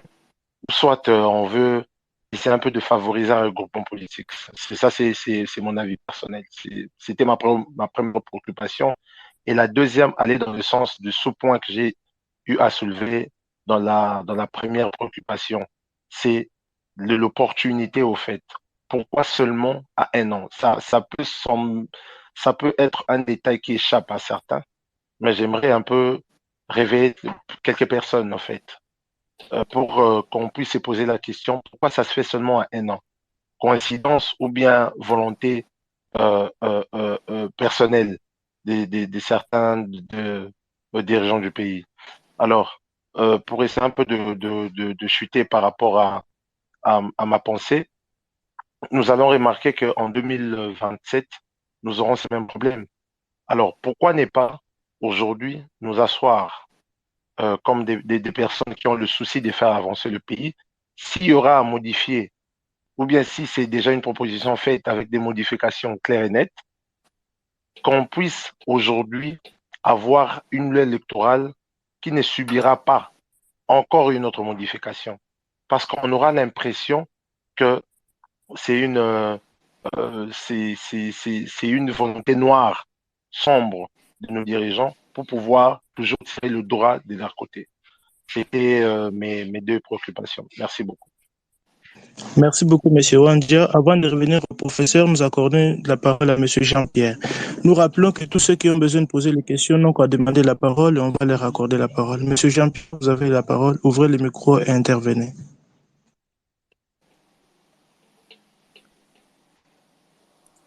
Monsieur Jean-Pierre, vous nous écoutez? Vous avez la parole. Oui, bonsoir, je vous écoute très bien. Par cette occasion de votre forum, je profite de faire mes remerciements pour professeur Daniel Mukoko. Je suis Jean-Pierre Njimbo, un économiste. Ma préoccupation a été vraiment pas totalement une question, mais sous forme logarithmique d'une pensée qui peut aller de détecter un problème, l'analyser et de faire une projection des solutions indéterminables. Alors, moi, j'ai entendu le professeur Daniel Mukoko comme c'est une grande personnalité de grands débats. Je l'ai entendu faire une prosélytisme de la machine électorale, mais aller souvent un peu plus loin, il parle de la transparence électorale, la démocratie, la liberté dans les droits des votes. Mais ma préoccupation, ma pensée a été de savoir par rapport à cette machinerie de la vote que dont professeur dans son élocution, il a parlé, qui a été déjà boycotté à plusieurs fois. Mais nous remarquons cette machinerie des votes dans certaines grandes puissances, même de grands pays, qui en utilisent à causer beaucoup plus de difficultés dans la transparence des élections. Est-ce qu'en acceptant déjà, en utilisant cette machinerie, est-ce que le procès Daniel Mukoko ne pense pas que nous sommes à une méthodologie de l'abrogation de la légitimité intentionnelle par cette méthode que nous allons utiliser en 2023? Et ma seconde préoccupation a été de savoir un tout petit peu sur la révision électorale que le professeur vient de dire. Est-ce que moi je pense qu'il y a déjà un autre auditeur qui ont plusieurs d'ailleurs qui ont abordé ce sujet en disant est-ce que ce moment actuel est-il important de la révision électorale ou bien moi je pense que c'est une forme d'incendivar les rationalités interpersonnelles de M. Tshisekedi Tshilombo de rester toujours au sommet de l'État. Je vous en prie, merci beaucoup. Merci beaucoup, cher professeur. Vous avez la parole pour rebondir. Oui. Dans mon introduction, je disais que le G13 a lancé cette initiative en juillet 2020. Et à l'époque, nous disions que nous considérions que c'était le moment de le faire, c'est-à-dire de procéder de manière consensuelle à la réforme électorale, pour qu'on ne suspecte pas de vouloir biaiser la loi électorale pour favoriser tel ou tel groupe. Parce que nous étions à 3 ans des élections. Donc là, je voudrais rassurer notre ami Wanja que c'est pas aujourd'hui que le G13 a lancé cette initiative, c'est bien en 2020. On a laissé passer 2021. Et d'ailleurs, nous avions publié, au terme de nos consultations, nous avions publié une feuille de route. À l'époque, nous étions, si ma mémoire est bonne, nous étions à 1200 jours des élections de 2023. Et nous disions dans cette feuille de route qu'il y avait un certain nombre d'échéances qu'il ne fallait pas louper, notamment qu'il fallait voter la loi organique sur la CENI à la session de décembre, à la session prenant fin en décembre 2020, ce qui n'a pas été fait, et que les animateurs de la CENI devaient être mis en place début 2021, ce qui n'a pas été fait. Et nous proposions également que le choix de la meilleure modalité pour régler définitivement cette question du fichier électoral, vous savez que ça reste un gros souci, Parce que récemment, le gouvernement a dit qu'ils vont coupler le recensement ou l'identification avec l'enrôlement, mais jusque-là, personne ne sait exactement, concrètement, qu'est-ce que ça veut dire, ni quand est-ce que ça va démarrer. Et vous savez bien que ce poste-là, l'enrôlement des électeurs, c'est généralement le poste le plus coûteux dans le processus électoral chez nous. Donc nous disions à ce moment-là que fin mars 2021, il fallait qu'on règle cette question pour que le fichier électoral soit disponible en juillet 2022. Nous sommes là, on est en avril 2022. Qu'il soit disponible en juillet 2022, parce que si vous lisez la loi électorale telle qu'elle existe, et ça c'est des articles que nous on n'a pas touchés, la loi électorale de période de laquelle les circonscriptions électorales doivent être déterminées. Le nombre des sièges par circonscription électorale doivent être déterminés. Et ça, en principe, si on veut organiser des élections en décembre 2023, il faut que ce soit fait fin mars 2023. Donc, nous avions alerté.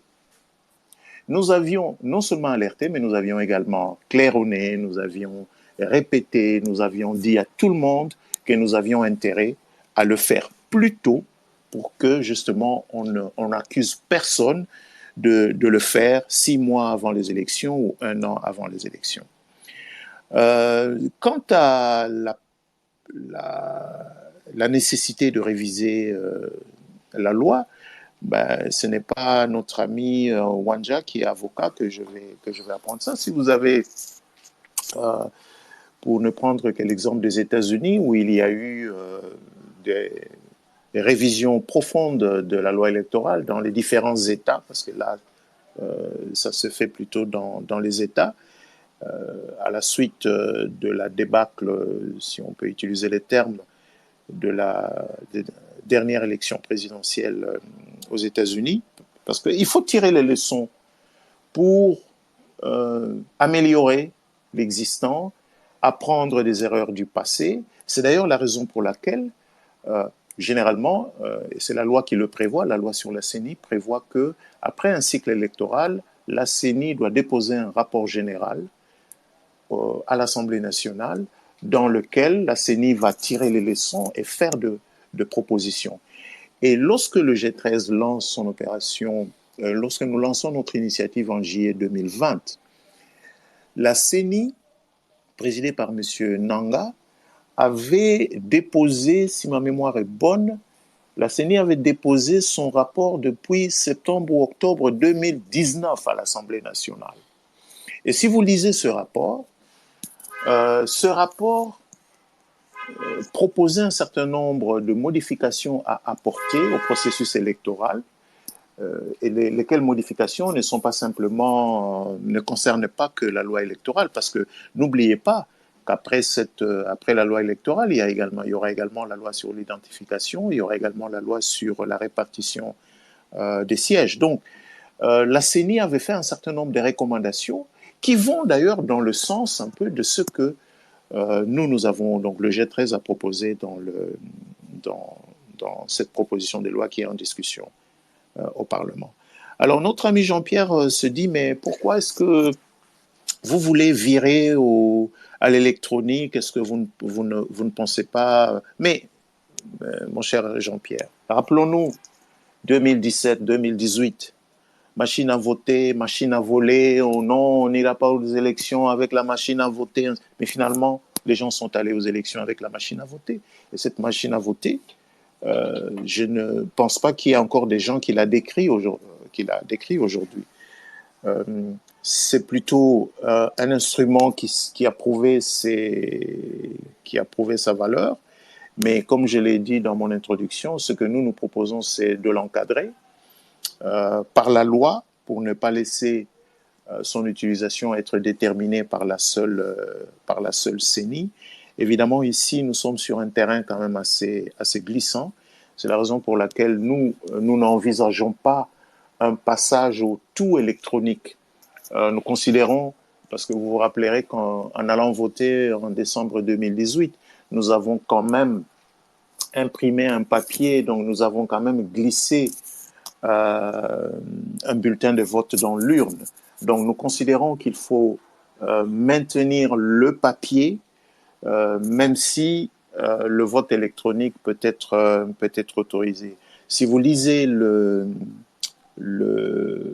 la proposition elle-même, vous trouverez effectivement que nous considérons qu'il faut préserver le vote papier pour des raisons notamment pour le contentieux électoral, mais aussi pour d'autres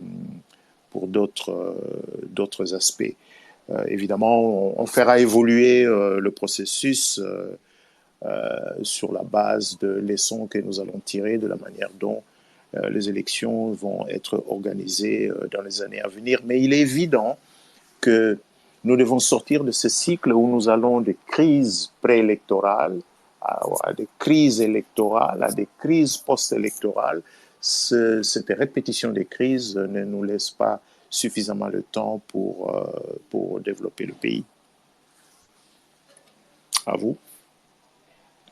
Merci beaucoup, cher professeur. Nous accordons la parole à M. Claude Touka, mais en attendant, on rappelle à tous ceux qui veulent poser des questions de toujours demander la parole et l'heure sera accordée. M. Touka, vous avez la parole. Ouvrez votre micro et intervenez. Bonsoir, merci pour la parole. J'espère que vous m'entendez clairement. Nous t'entendons bien, oui. Merci. Je reprends au nom de Claude Touka, je suis économiste de formation et je travaille dans le secteur bancaire. Alors, moi, je salue cette proposition, bien que nous ne l'avons pas intégralement, mais nous venons d'avoir la substance même. Et c'est vraiment très intéressant parce que dans notre pays, on a vraiment tendance à voir que les dirigeants prennent les peuples en otage en utilisant la démocratie, en utilisant la loi. Surtout ces systèmes de suppléants tels que évoqués, c'est vraiment un vrai mal. Un vrai complot contre le peuple qui se retrouve à voter et après, comme le professeur l'a si bien dit, on se pose des questions, mais on a élu X, mais c'est Y qui est là, et après on vous explique, voilà, c'est la loi. Donc ça, c'est vraiment des choses on devrait bannir. Et l'autre observation, c'est par rapport au système de vote, bon, que l'on peut appeler électronique ou quoi. Mais moi, je crois que vivant à cette ère précisément, avec toutes les possibilités que nous offre la technologie, notre pays n'a pas d'excuse à faire pour essayer de diaboliser tel ou tel autre système. Comme on a dit, la preuve papier reste un moyen acceptable pour l'audit électoral. Donc, tant qu'on a un papier qu'on met dans l'urne, et qu'on appuie sur un bouton, voilà, les systèmes qu'on a utilisés en 2018, donc on appuie, il y a une impression, ça permet de faire un rapprochement. Donc d'une part, on a rapidement les résultats, et d'autre part, on a la possibilité de faire un audit, donc un rapprochement avec les comptages et l'impression, les rapports imprimés. Donc voilà un peu pour les observations. Alors j'ai 3 questions, je vais aller rapidement. La première question, est-ce que dans la proposition, il y a également des aspects ou des modifications portant sur les élections locales? Parce que dans notre pays, fondamentalement, on est focalisé que sur les dirigeants. Voilà, donc la haute sphère présidentielle, législative, nationale et provinciale. Et après, le reste, là, blaf, on met de côté. Est-ce qu'il y a une certaine contrainte qui a été rajouté pour que ces élections qui sont fondamentales, parce que développer un pays comme le nôtre, nous devons vraiment réformer la base, affermir l'administration à la base. Or, c'est vraiment ça qui est laissé de côté et on se concentre sur le sommet. Est-ce qu'il y a des contraintes pour que ces élections soient organisées? Ma deuxième question, c'est la notion même de candidat indépendant. Nous voyons bien qu'il y a des personnes qui évoluent dans des partis politiques. Nous savons clairement que tel est de tel parti politique, pour ne pas les citer, mais subitement, à l'approche des élections, il est candidat indépendant. Ouais, je crois que c'est une aberration parce que cette personne cherche quelque part à tromper le peuple. Parce que juste après son élection, il affiche ses couleurs politiques. Est-ce que ce système pour les personnes qui sont membres effectifs et actifs des partis politiques, ils ne peuvent pas être autorisés à postuler comme indépendants et à postuler comme membres de leur parti? On laisse aux indépendants, on laisse le qualificatif d'indépendant aux vrais indépendants. Par exemple, quelqu'un qui n'est pas membre d'un parti politique, n'a pas de carte de membre d'un parti politique, là, on peut accepter qu'il postule comme indépendant. Mais X, Y, nous savons bien qu'ils sont membres actifs d'un parti politique. Pourquoi on accepte qu'ils soient indépendants? Parce qu'après, ils vont retourner aux couleurs de leur parti politique. Alors, la troisième question et la dernière, c'est est-ce que dans la proposition, il y a également des modifications sur le système à un tour, à deux tours, où nous gardons le même système pour la présidentielle, bien sûr, nous gardons le même système à un tour.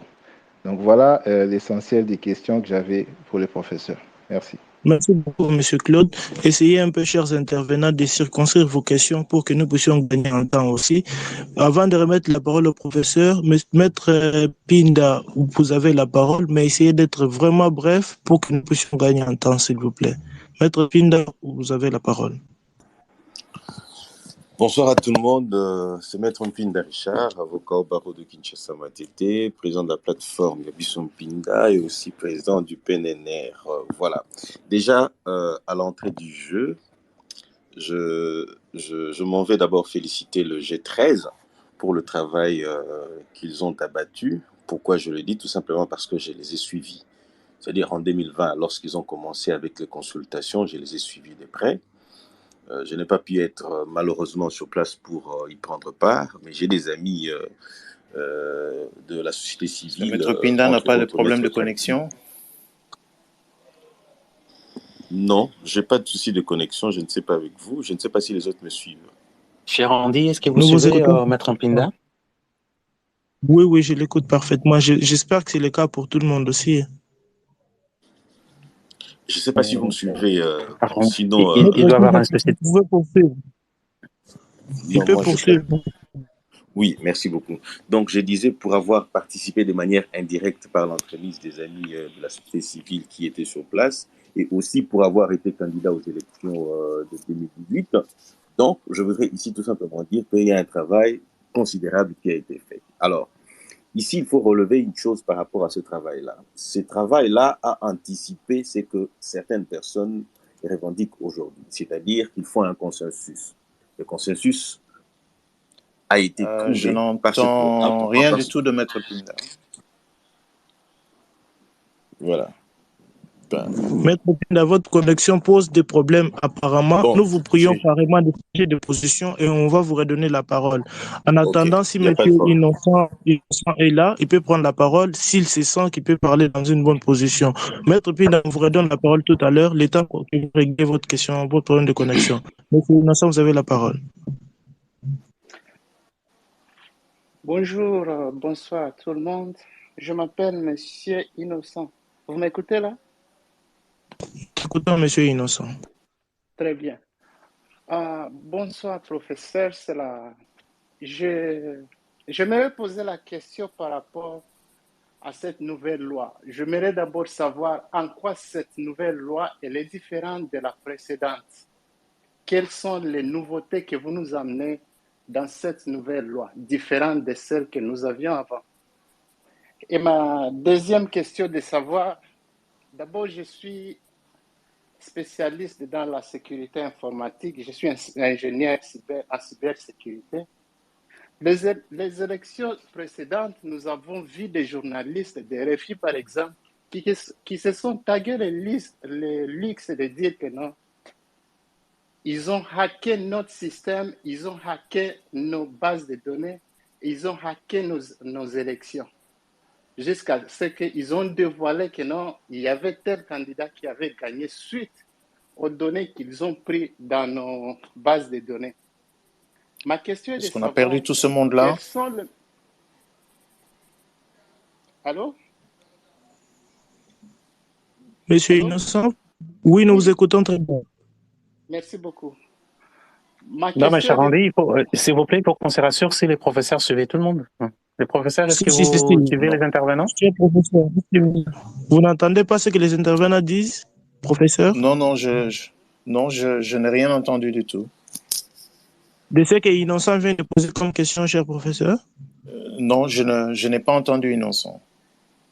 Je vous prie je lui prie de recommencer, comme ça vous pouvez entendre cette fois-ci. Monsieur Innocent, pouvez répondre à la question pour permettre au prof de bien vous écouter et de pouvoir vous répondre, parce qu'il n'a pas pu entendre votre première question.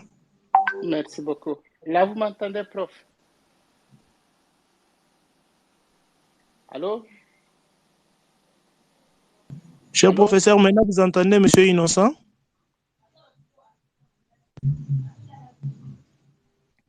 Peut-être de son côté qu'il y a un problème. Monsieur le professeur, vous nous entendez là? Moi, je vous entends, mais je n'entends pas Innocent.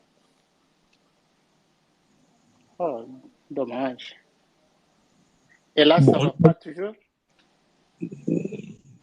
je crois qu'on peut jouer le rôle des relayeurs en ce moment-là. Peut-être que nous, on peut relayer les questions que Innocent pose, le temps que la Oui. connexion s'arrange de votre côté.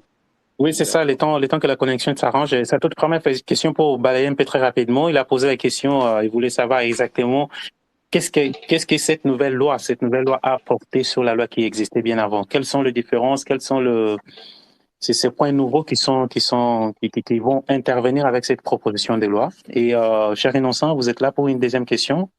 Oui, je suis là. Ma deuxième question était de savoir quelles sont les mesures que vous avez mis en place pour que cette fois-ci, qu'il n'y ait pas des petits sorciers qui vont se taguer les leaks, de dire que non, ils ont hacké notre système informatique des élections. Parce que la fois passée, il y a des journalistes comme des RFI qui ont dit ouvertement qu'ils ont piraté notre système informatique. Quelles sont les mesures? Quelles sont les contre-mesures? Une fois encore, je n'ai rien entendu, donc vous allez être obligé de relayer. Oui, professeur. Monsieur Innocent pose sa deuxième question pour dire qu'en 2018, les élections passées, quelques journalistes de RFI se sont permis de dire qu'ils ont hacké notre système électoral, la centrale électorale, qu'ils avaient les résultats qui proclamaient un certain candidat président de la République à la place du président élu. Il aimerait savoir qu'est-ce que vous avez mis en place par rapport à cette nouvelle loi pour éviter que notre système électoral soit à nouveau hacké par ces gens-là. Je pense que Monsieur Innocent, je pense que je n'ai pas massacré votre question. Fidèlement, vous l'avez bien fait. Merci beaucoup. Merci Cher infiniment. professeur, vous avez la parole pour répondre aux questions de Monsieur Innocent et aux questions de Monsieur Claude Touka, et puis on va continuer. Merci bien. Je crois que de notre ami Claude, j'ai noté 2 questions sur les élections locales et puis sur le deuxième tour.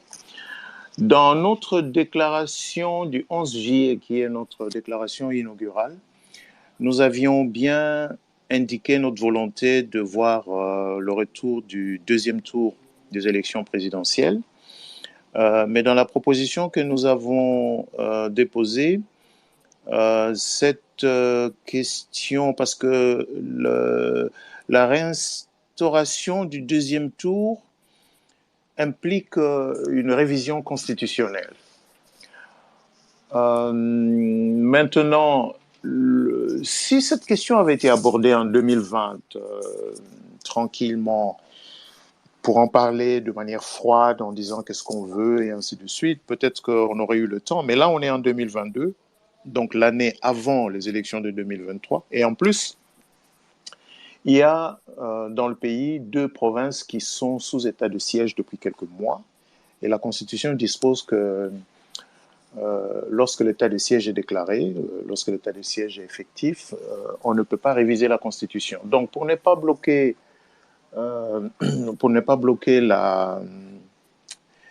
l'analyse et le débat de cette proposition de loi, le G13 avait, à l'ouverture de la présente session, indiqué que nous n'allions pas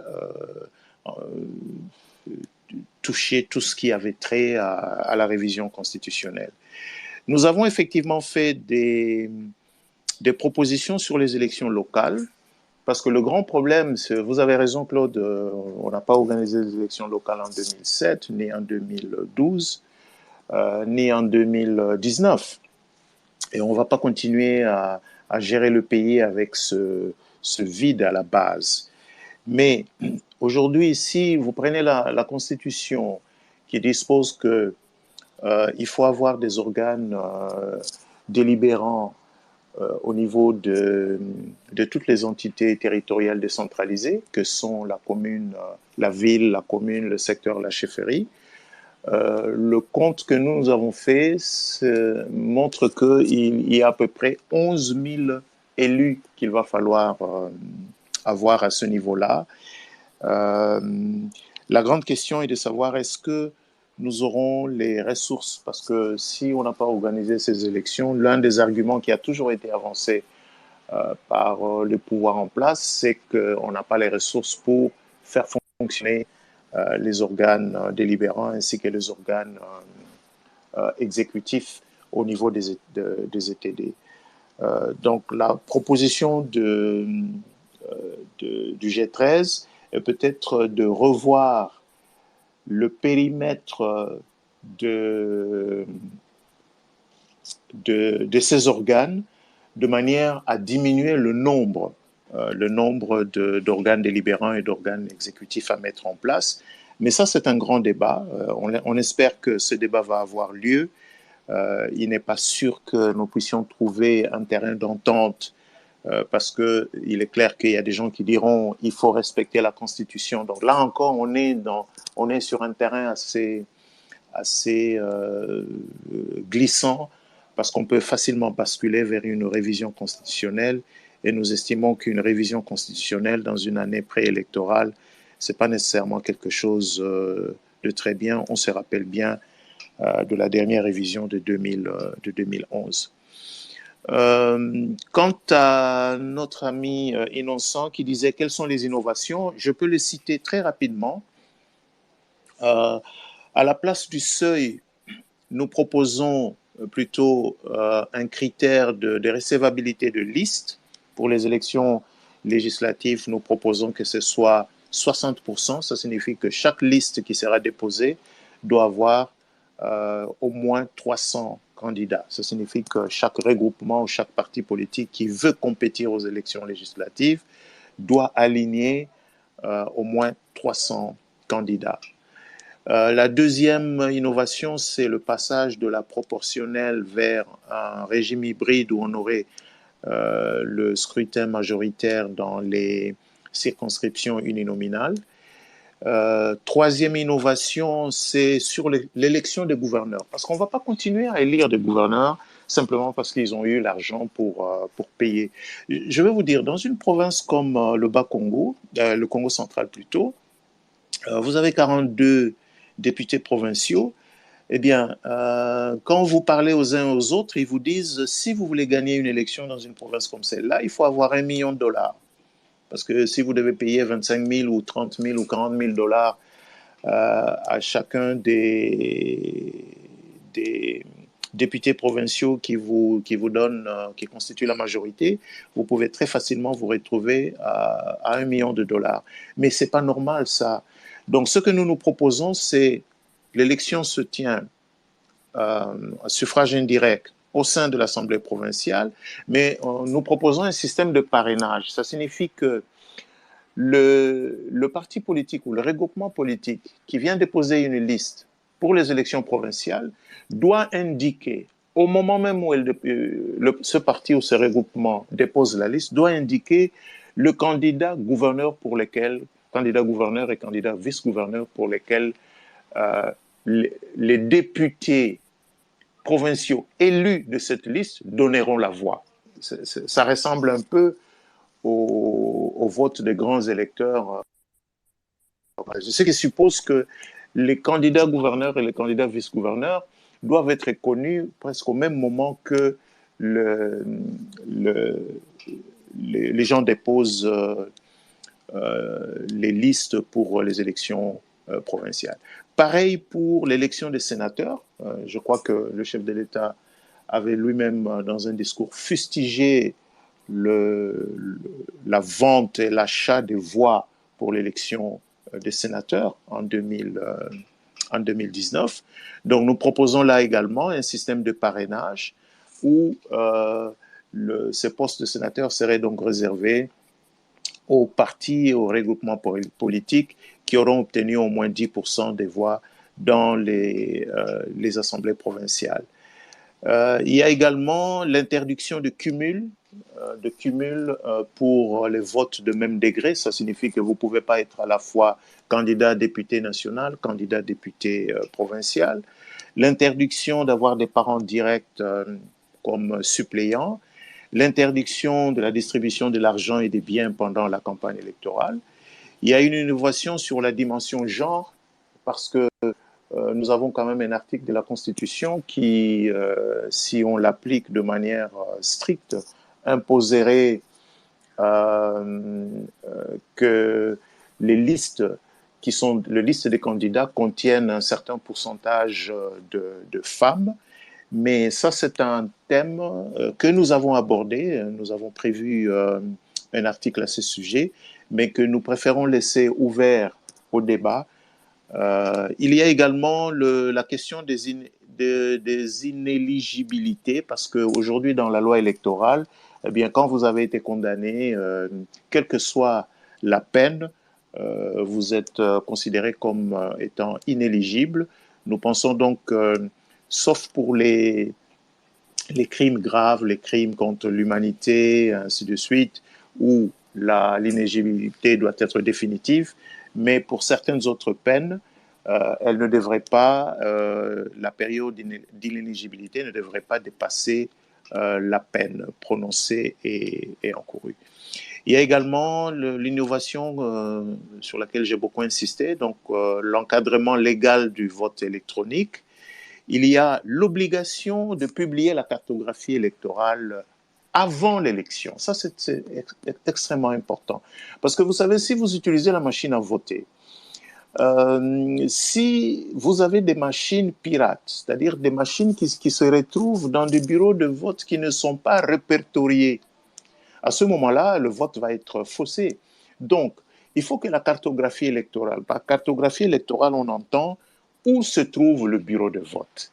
Quels sont les électeurs qui sont censés aller voter dans ce bureau de vote? Et les machines à voter devraient donc être géolocalisées pour les attacher au bureau de vote où elles sont censées être utilisées le jour du vote. Ça, c'est pour éviter que des machines se baladent ou soient dans des maisons où des gens vont venir voter de manière frauduleuse. Et puis, il y a cette innovation sur la publication des résultats bureau de vote par bureau de vote. Nous disons bien ici publication, nous ne disons pas affichage. Bien sûr, l'obligation de l'affichage demeure, mais les résultats qui sont affichés sont considérés comme étant publiés et donc opposables à tout le monde. Et nous proposons donc ce Centre national de publication des résultats qui, comme je l'expliquais tout à l'heure, recevra les résultats qui sont publiés bureau de vote par bureau de vote. Il y a également l'obligation de la remise de PV aux témoins et aux observateurs, et bien sûr les sanctions qui sont prévues dans cette proposition contre CENI qui se rendrait coupable de manquement à la loi. Et nous avons également l'obligation de recomptage de voix dans tout contentieux que nous avons retrouvé la route des élections en 2006. Voilà en gros les principales innovations qui sont contenues dans cette proposition de loi. Quant à la question relative au hacking, ça, c'est pas quelque chose qui peut être réglé dans la loi, ça, c'est quelque chose qui doit être... Évidemment, le régime légal que nous prévoyons sur le vote électronique fera obligation, bien sûr, ou fait obligation donc à la CENI d'éviter ce genre de situation, mais comme vous le savez, ça, c'est de questions qui doivent être réglées au niveau technique en disposant de tous les moyens nécessaires pour protéger les données de la CENI. À vous. Merci beaucoup, cher professeur. Maître Pinda, est-ce que vous êtes là? On peut relayer vos questions auprès du prof au cas où il ne vous entend pas. Parce que nous sommes Je suis en train d'aller en chute. Voilà. Donc, je disais que je suis là. Et je revenais sur ce que je disais. Je jetais de fleurs. D'ailleurs, vous venez tout à l'heure de suivre le professeur quand il revient sur les 18 les usines d'innovation Maître qui ont Pinda, apporté par accordez-moi une rapport à minute. Maître Pinda, une minute, J'entends s'il vous plaît. toujours. Professeur, vous entendez Maître Pinda maintenant? Monsieur le Non, je professeur, n'entends est-ce que vous toujours pas. m'entendez? Et Non, là, Je vais j'entends pas relayer. Maître Pinda. Ok. Essayez d'être un peu plus bref, comme ça je vais relayer et le prof va vous répondre. voilà, je vais en fait le dire. Je voudrais d'abord commencer par quelques observations. Déjà, la contradiction par rapport au hacking qui a été évoqué tout à l'heure ici, parce que je vois mal un État comme la France, une chaîne de télévision comme TV5 et RFI et tout ce qui va avec, ils vont se prévaloir d'avoir hacké et par de suite publié. C'est déjà le mode plutôt d'admission de la preuve. D'autres questions là posent déjà problème. C'est-à-dire que ils ne peuvent en aucun cas le faire ainsi. Je disais tout à l'heure en passant que le G13 a fait un travail considérable. Pourquoi? Parce qu'ils ont anticipé ce que en fait, la classe politique, le FCC, la MOUCA sont en train de réclamer aujourd'hui, parce qu'ils ont trouvé un consensus en amont pour éventuellement régler tout ce qui pouvait éventuellement se poser comme problème. Et d'ailleurs, la démarche telle qu'elle a été entreprise, ils ont consulté pratiquement toutes les forces vives de la société, excepté seul le FCC qui n'a pas voulu pour aborder cette question-là. Alors, je fais encore une autre observation par rapport à la légitimité qui a été évoquée tout à l'heure ici. Il faut des urnes, c'est-à-dire lorsque nous allons exercer ces droits. Et la Cour constitutionnelle vient pour tout simplement légaliser ou, si on veut bien dire, confirmer les résultats qui ont été évoqués ici lors de l'exposé, en fait, de l'intervention d'un de notre, où il a posé la question de la responsabilité de la CENI. En fait, la responsabilité a deux volets. Le premier volet, c'est d'abord par rapport à la loi organique qui détermine les fonctions, les attributions de chaque membre. Je n'entends toujours pas Maître Pinda. On va vous relayer. Oui, professeur, nous allons relayer sa question vers vous dans quelques minutes. Le temps pour lui de finir, on vous revient avec sa question, comme ça vous allez lui répondre. S'il vous plaît. Ma question est celle-ci. En fait, je prends, pour ne pas vous prendre beaucoup de temps, ok? Le professeur a évoqué un fait par rapport à la loi, plutôt par rapport à l'état des sièges. L'état des sièges, certes vrai qu'elle empêche une révision constitutionnelle. Je crois aussi que le professeur est sans oublier que l'état des sièges peut être suspendu les temps soit de réviser la constitution, soit éventuellement d'organiser les élections et revenir à cet état des sièges-là. Sinon, la question est celle-ci. Nous avons une question qui a été même soulevée lors de ce débat-là par le député Ntingi Pouloulou sur la question de la congolité. C'est-à-dire que pour accéder à la fonction présidentielle, comme ça s'est fait dans beaucoup de pays du monde, on protège parce que l'on considère que l'essor d'une nation est lié à cette fonction présidentielle. Quelles sont les dispositions, les innovations qu'ils ont prévues pour éventuellement pallier à cette question-là? Voilà la seule question que j'ai à poser quant à cela. Merci beaucoup, Maître Pinda. Cher professeur, Maître Pinda a fait quelques observations, notamment sur les interventions, les dires de la Radio France 24 et de la RFI sur l'an passé. Il a dit que ce n'était pas faisable.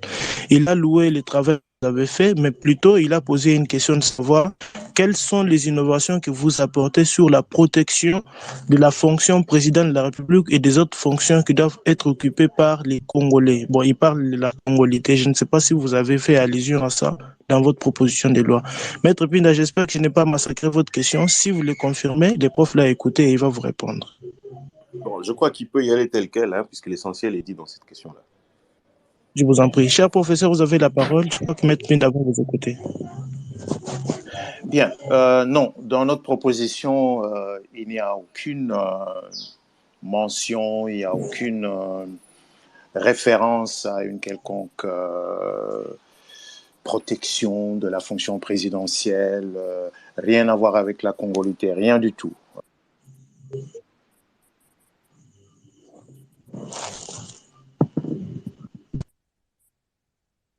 D'accord, la réponse a été claire et nette. Donc, on n'a pas fait référence à toutes ces choses-là que vous avez citées, Maître Pinda.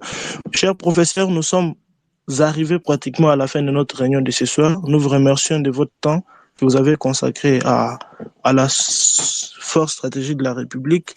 Nous vous accordons la parole pour faire un résumé de ce que vous nous avez dit ce soir, de ce qu'apporte la proposition, mais aussi de nous dire votre mot de la fin, parce que nous sommes vraiment en train de clôturer et nous profitons pour vous remercier aussi. Vous avez la parole encore une fois. Merci beaucoup. D'abord, je vous réitère mes remerciements pour l'occasion que vous m'avez accordée de partager avec plusieurs compatriotes qui nous ont suivis le cœur de cette initiative du G13. Laissez-moi rappeler une fois encore que c'est une initiative citoyenne. Moi, je ne suis pas député, Madame Richmania n'est pas députée, Monsieur Jean-Pierre Mwongo n'est pas député, Feu Henri Thomas Lokondo était un député FCC, Patrick Mouyaya, à l'époque où nous commencions, était un député Palou, Jean-Jacques Mamba, un député MLC, Jacques Njoli, un député MLC, et laissez-moi également vous dire qu'au moment où nous démarrions, Jean-Jacques Mamba ou Jacques Njoli n'avaient pas reçu mandat du président de leur parti, président Jean-Pierre Bemba, ou même des instances du parti pour participer avec nous. Mais nous avons fait preuve de dépassement de ces limites politiques ou de ces limites sociales pour travailler sur une proposition que nous estimions indispensable et qui devait être faite à ce moment-là, assez loin des prochaines élections. Aujourd'hui, nous sommes ravis de voir que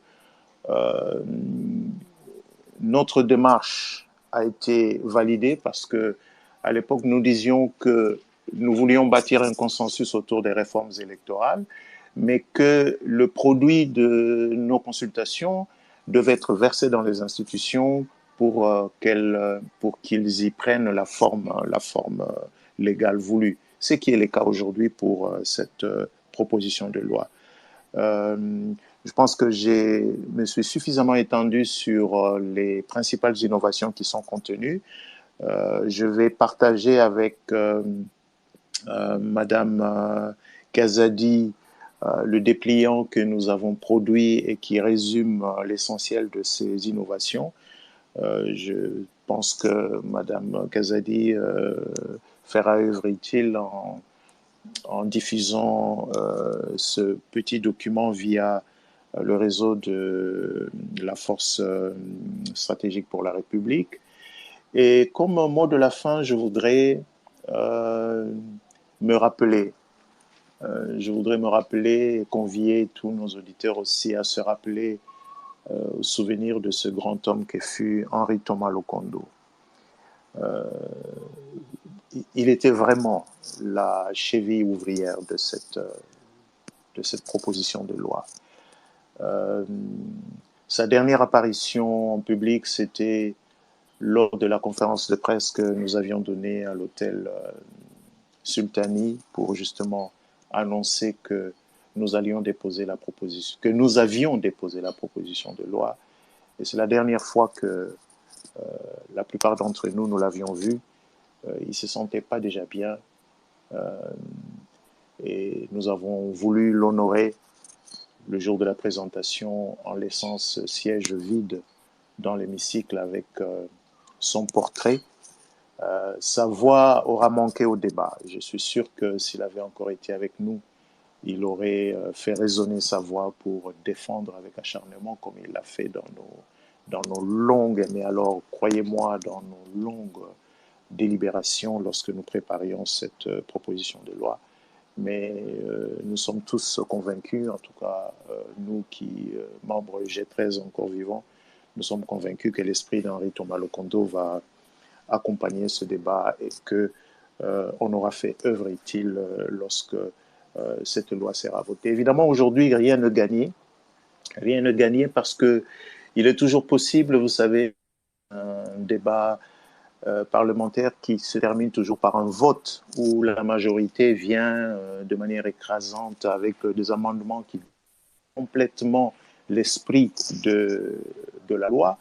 Je crois que ce soir, j'ai fait un effort pour vous expliquer, vous exposer le plus fidèlement possible l'esprit qui nous a animés.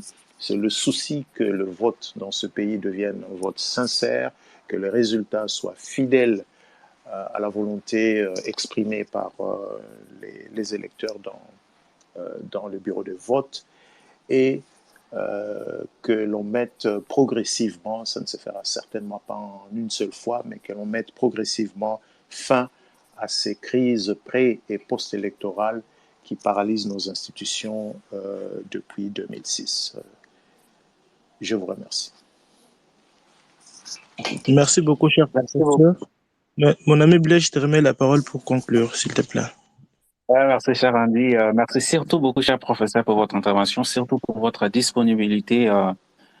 Au nom de la Force Stratégie de la République, nous vous remercions infiniment. Au nom du président lui-même, nous vous disons infiniment merci d'avoir accepté surtout notre invitation et de disponibiliser de votre temps ce soir pour échanger avec les Congolais et Congolaises qui vous ont suivi attentivement et qui ont apporté leur point de vue, qui vous ont posé des questions, qui ont eu des réponses, qui vous ont donné des suggestions, qui vous aideront peut-être aussi dans l'élaboration d'autres projets de loi peut-être à venir et tout ça.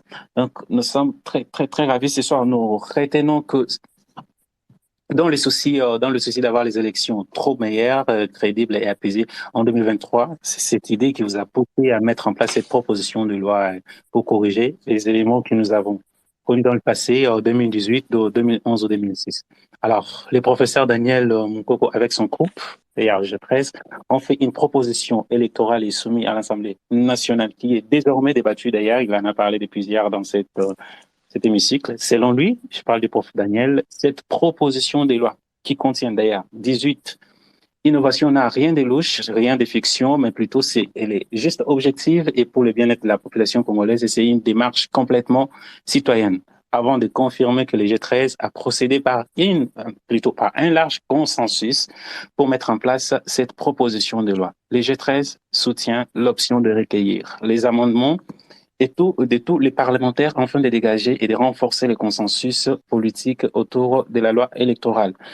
Merci beaucoup à vous tous qui nous avez suivis partout où vous étiez. Nous sommes très contents de votre participation, de votre engagement. Au nom de la Force Stratégie de la République, nous vous disons merci et bon week-end chez vous. À nous revoir dans 14 jours maximum. Merci beaucoup et de bonnes choses chez vous. Ciao. Merci beaucoup.